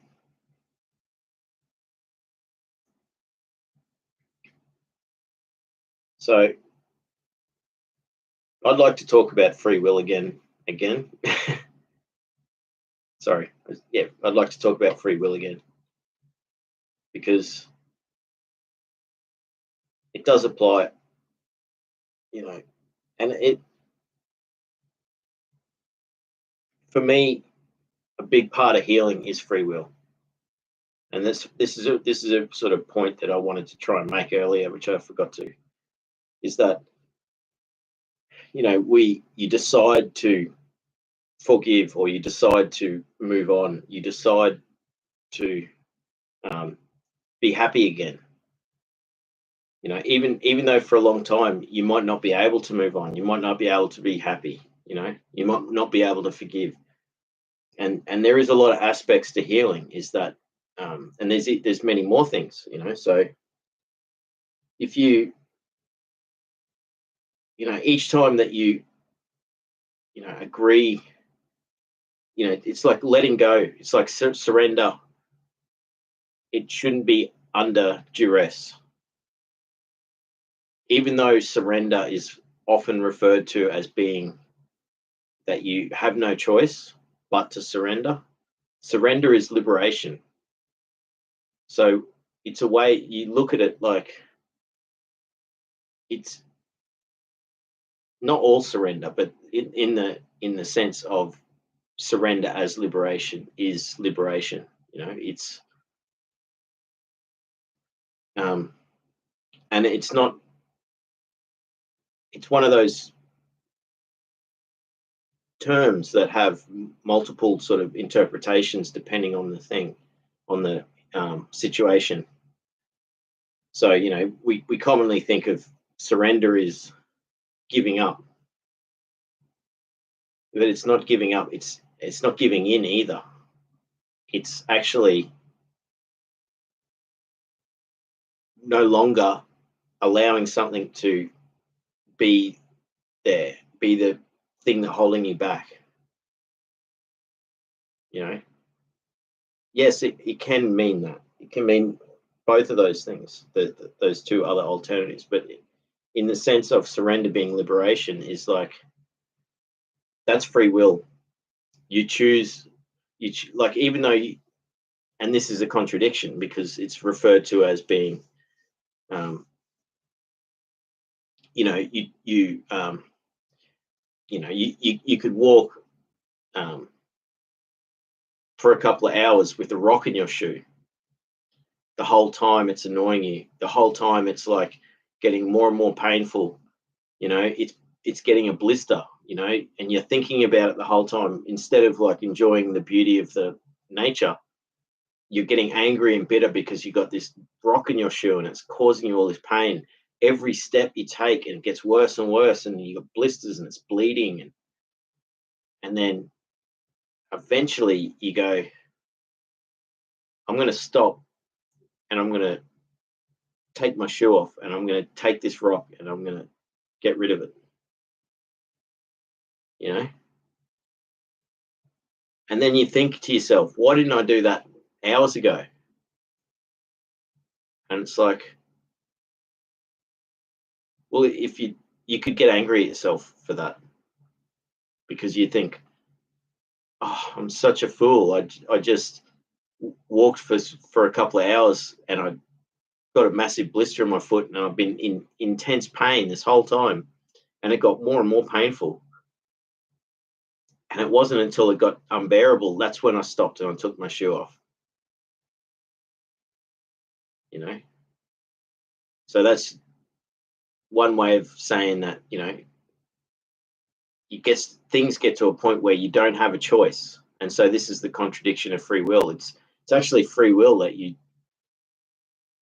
stopped and took your shoe off to get rid of the rock so you could keep walking and take the pain away. You could also argue that it was free will that as you were walking, there was this distraction in your shoe, and it was this niggling pain that you kept saying to yourself, no, I won't stop. That's taking up time. I'll just keep walking. Even though you know that the rock in your shoe is still going to keep hurting you. And it's like, but you still don't stop and take your shoe off. And it wears a hole in your sock. So now you've wrecked one of your socks, and you've got blister and bleeding, and you've missed out on, like, you spent the whole time focusing on the pain that you were enduring here's the thing. The rock is inconsequential. If you're walking for hours with a rock in your shoe, the rock's really not in your shoe. It's in your heart and in your mind. There is other things troubling you. Otherwise, you would have stopped. So for some reason, it only takes you a minute to stop and take your shoe off and empty your shoe out and, like, get rid of the rock and start again. And as you're walking, you have that conversation. You go, I really should stop and get this rock out of my shoe. But there's something that keeps that there. And it's not like, It's not like you're wanting to cause yourself pain, but there's something holding you back from stopping, even for a minute, just to empty your shoe. And I mean, I've had this sort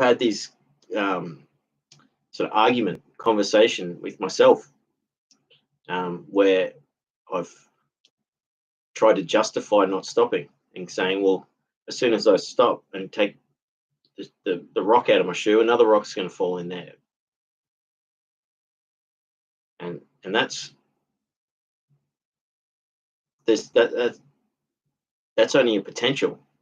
So that's not a that's a like a fallacy. It's you're basing your argument on something that is not necessarily correct.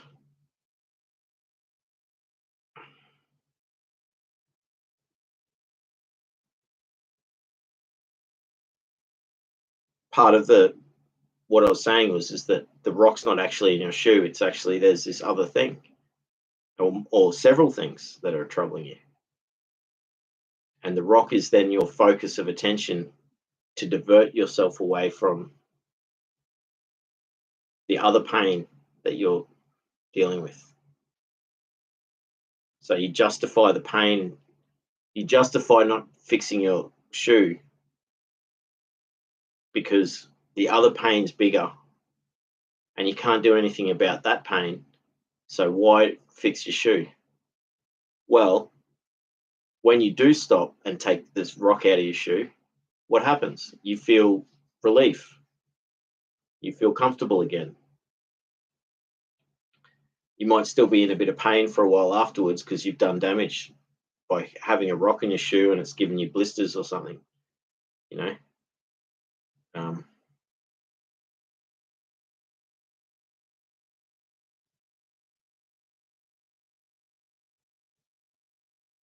But you do. You feel better afterwards, and then you know you can almost have a laugh at your own stubbornness because when you finally get rid of the rock out of your shoe, it's released that you know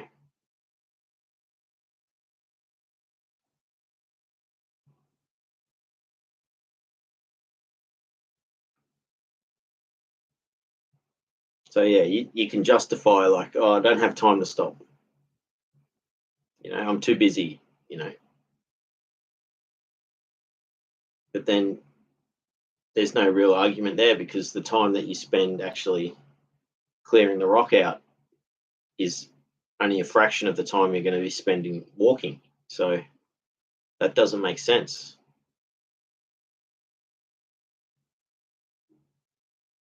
So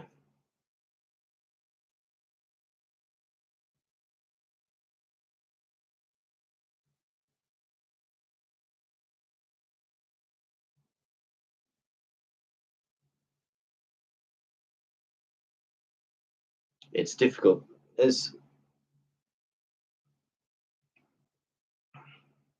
And this is, I think about the times I've had rocks literally stuck in my shoe and think about why I didn't stop to get the rock out. And it was like, I tried to justify not letting go of the pain because I didn't have time or I had other things that were painful, other burdens that I was bearing. And so it seemed inconsequential to actually give myself some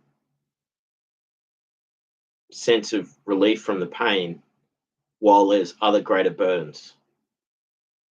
And so that doesn't make sense because if there's something that you can do something about, like taking your shoe off and getting the rock out of your shoe, the bigger burdens that you're carrying are going to be there anyway. And this is such a simple thing, so that why not just do that? But then, so it's a quandary. It's like, why? And people talk about holding on to pain of trauma and stuff, not being able to let go, and it being very difficult. And it isn't easy, especially when you do really let go of the pain and stuff, it gets brought back. So through being re-traumatized or being revisited. And in my experience, it's the re-traumatization came from external factors that forced that. Like, I didn't get stuck. I felt like I was clear of a lot of it, and then it was brought back. And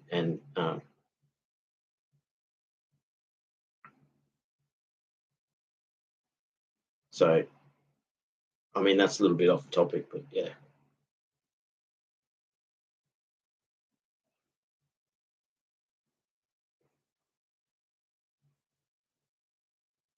But the point is, I guess, is that you do get to that point where, it's enough. You get the rock out of your shoe, and then you keep walking.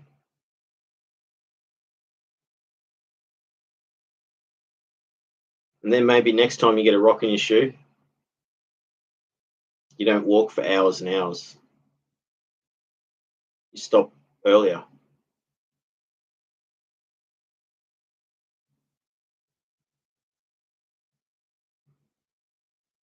But you can't get angry at yourself for being stuck with the rock in your shoe, not being able to get rid of it, because it's not easy.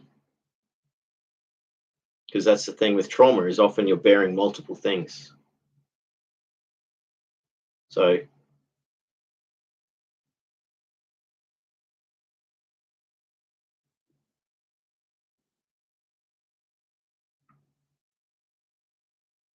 but it does, it opens up once you realize you can actually fix things, you can keep doing that.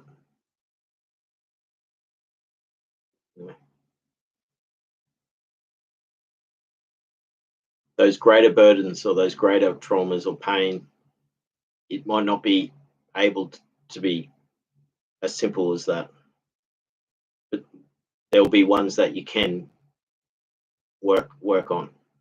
So why not work on them?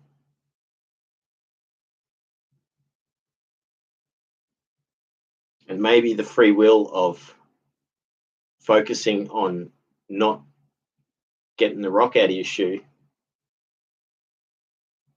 and why you're not stopping to take the rock out of your shoe, is because there's these greater burdens that are much more painful that you can't do anything about. And at least if, while you're focusing on the pain of the rock in your shoe, you're not focusing on the pain of these other major traumas. So you're still able to walk. You're not stuck not being able to walk. That sort of makes sense. So it's like there's this distraction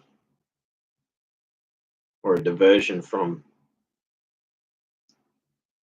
things that you can't do anything about that would incapacitate you. At least you're still walking. So, if you think of the burden as the thing that you're carrying, when you get to your destination, at least you can take your burden off, and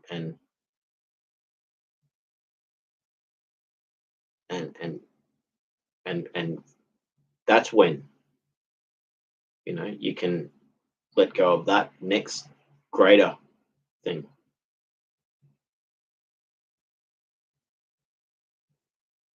If you focused on the burden and the pain associated with that, it would be that you don't even get anywhere.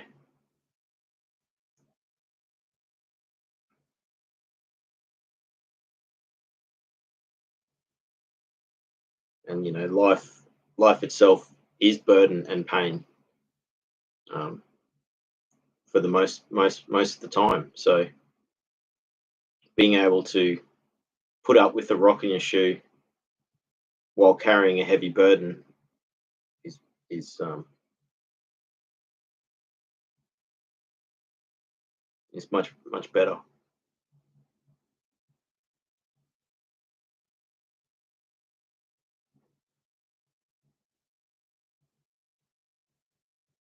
So it's been a good chat tonight,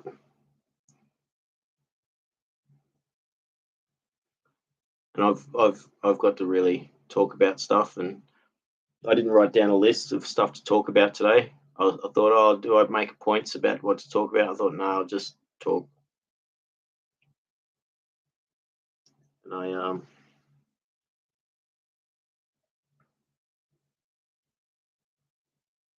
but I think that,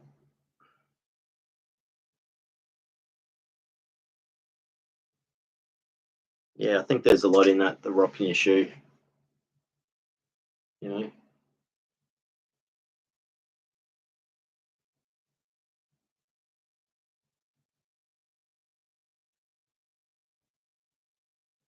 Because it's like you try and justify why you're not stopping to take your shoe off, even though you know it only takes a few minutes.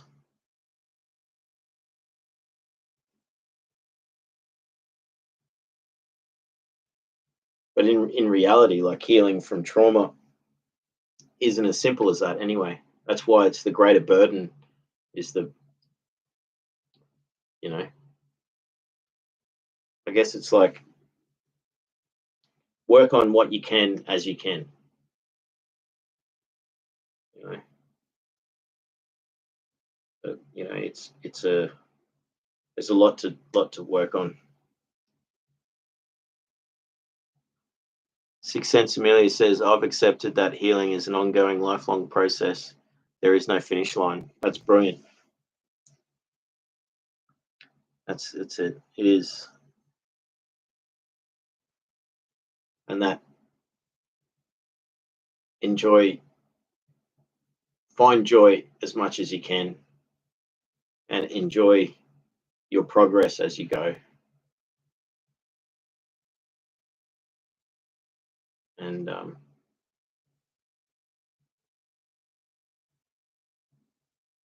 that, you will get to a point where the healing is to a point where you can do more, or you'll feel less pain, but the pain will still be there, and it's not about trying to get rid of all the pain and doing everything. It's about finding balance and appreciating things. You know, you can appreciate, you know, if you see life as, you can't escape struggle and pain in life. So um,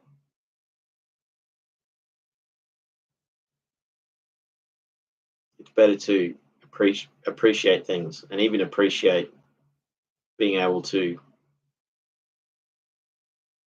appreciate things despite the circumstances. You know, it's a good thing. But yeah, it is. I think it is a lifelong process. I think you can heal so much that life becomes so much better. But accepting the fact that, you know it's always going there's always going to be the pain to some extent. It's not scary if you accept it, and again, that's surrender. That's so you're liberated by surrendering to the fact that it's always going to be there, and there is no finish line. That's it.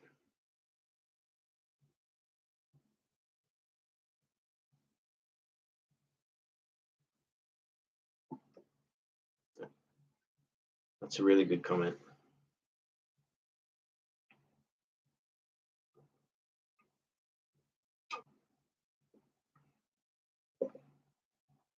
I said something similar to that when they had the Olympics. I said everyone gets a medal, something like that. You know, it's not a race, and there is no finish line. You know?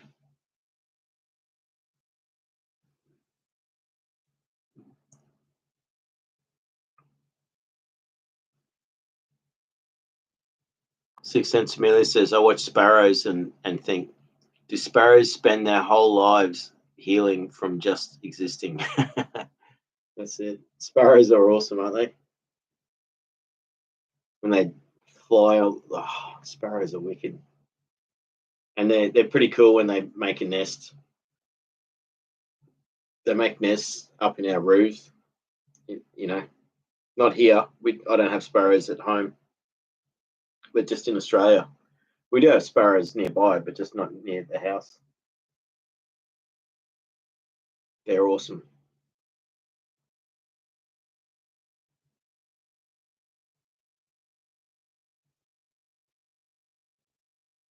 It's really cool when sparrows, like, you're sitting there and they're like get curious and they're flying around and then they fly right up and then they'll land near you and they're like looking at you and then oh yeah, and then they fly off again.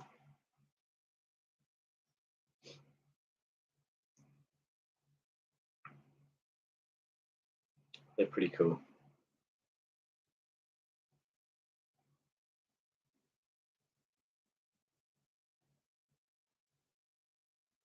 Yeah, 6 Cents Amelia says I love sparrows. Yeah, sparrows, they're cool, eh?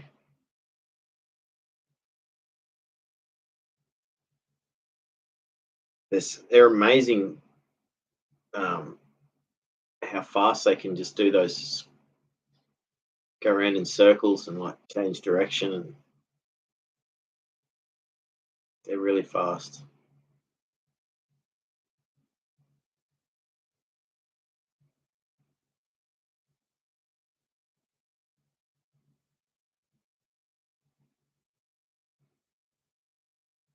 Yeah,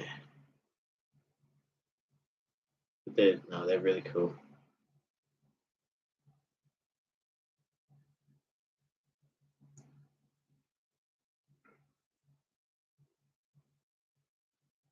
It's been a really good chat tonight. It's good to talk about this stuff. I like that, talking about the rock and the shoe, and a lot of that stuff's autobiographical. You know, as far as so many times I've had a rock stuck in my shoe, and it became a thing that I thought about it philosophically. You know, so it's like, and I've had those conversations, especially hiking or working. You know, like both work when I'm working and I'm like, oh, I should stop and get this rock out of my shoe, and I just don't. Same thing with hiking. And that's again with the carrying a heavy burden, carrying a heavy load with your backpack, and it gets even worse. And it's, you know,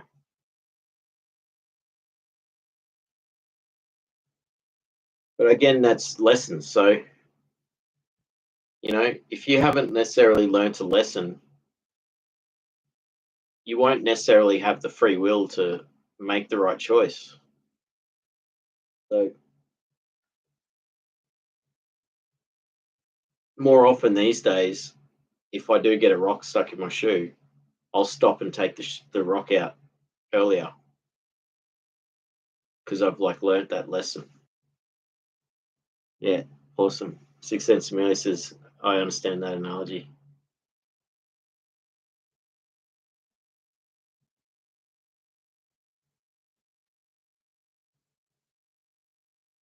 It's been, yeah. Well, I'll probably end the stream in the next few minutes, but thanks everyone for being here tonight. It's good to, like, again, you know, just chatting. And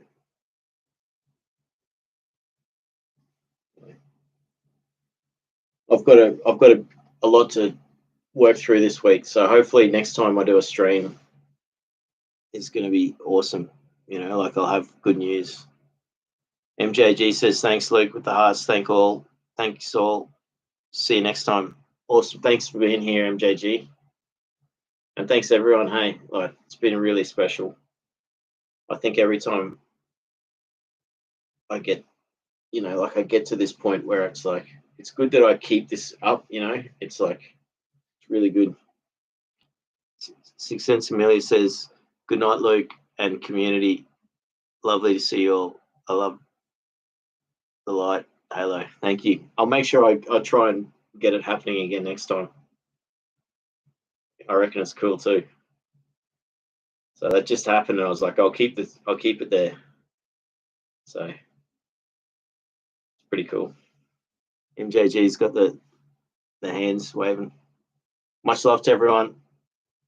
I might do a stream later in the week. If I do some work in the garden, I might do a video or do a stream of me doing garden work. So if not, definitely on the weekend. Much love to everyone. Catch you next time.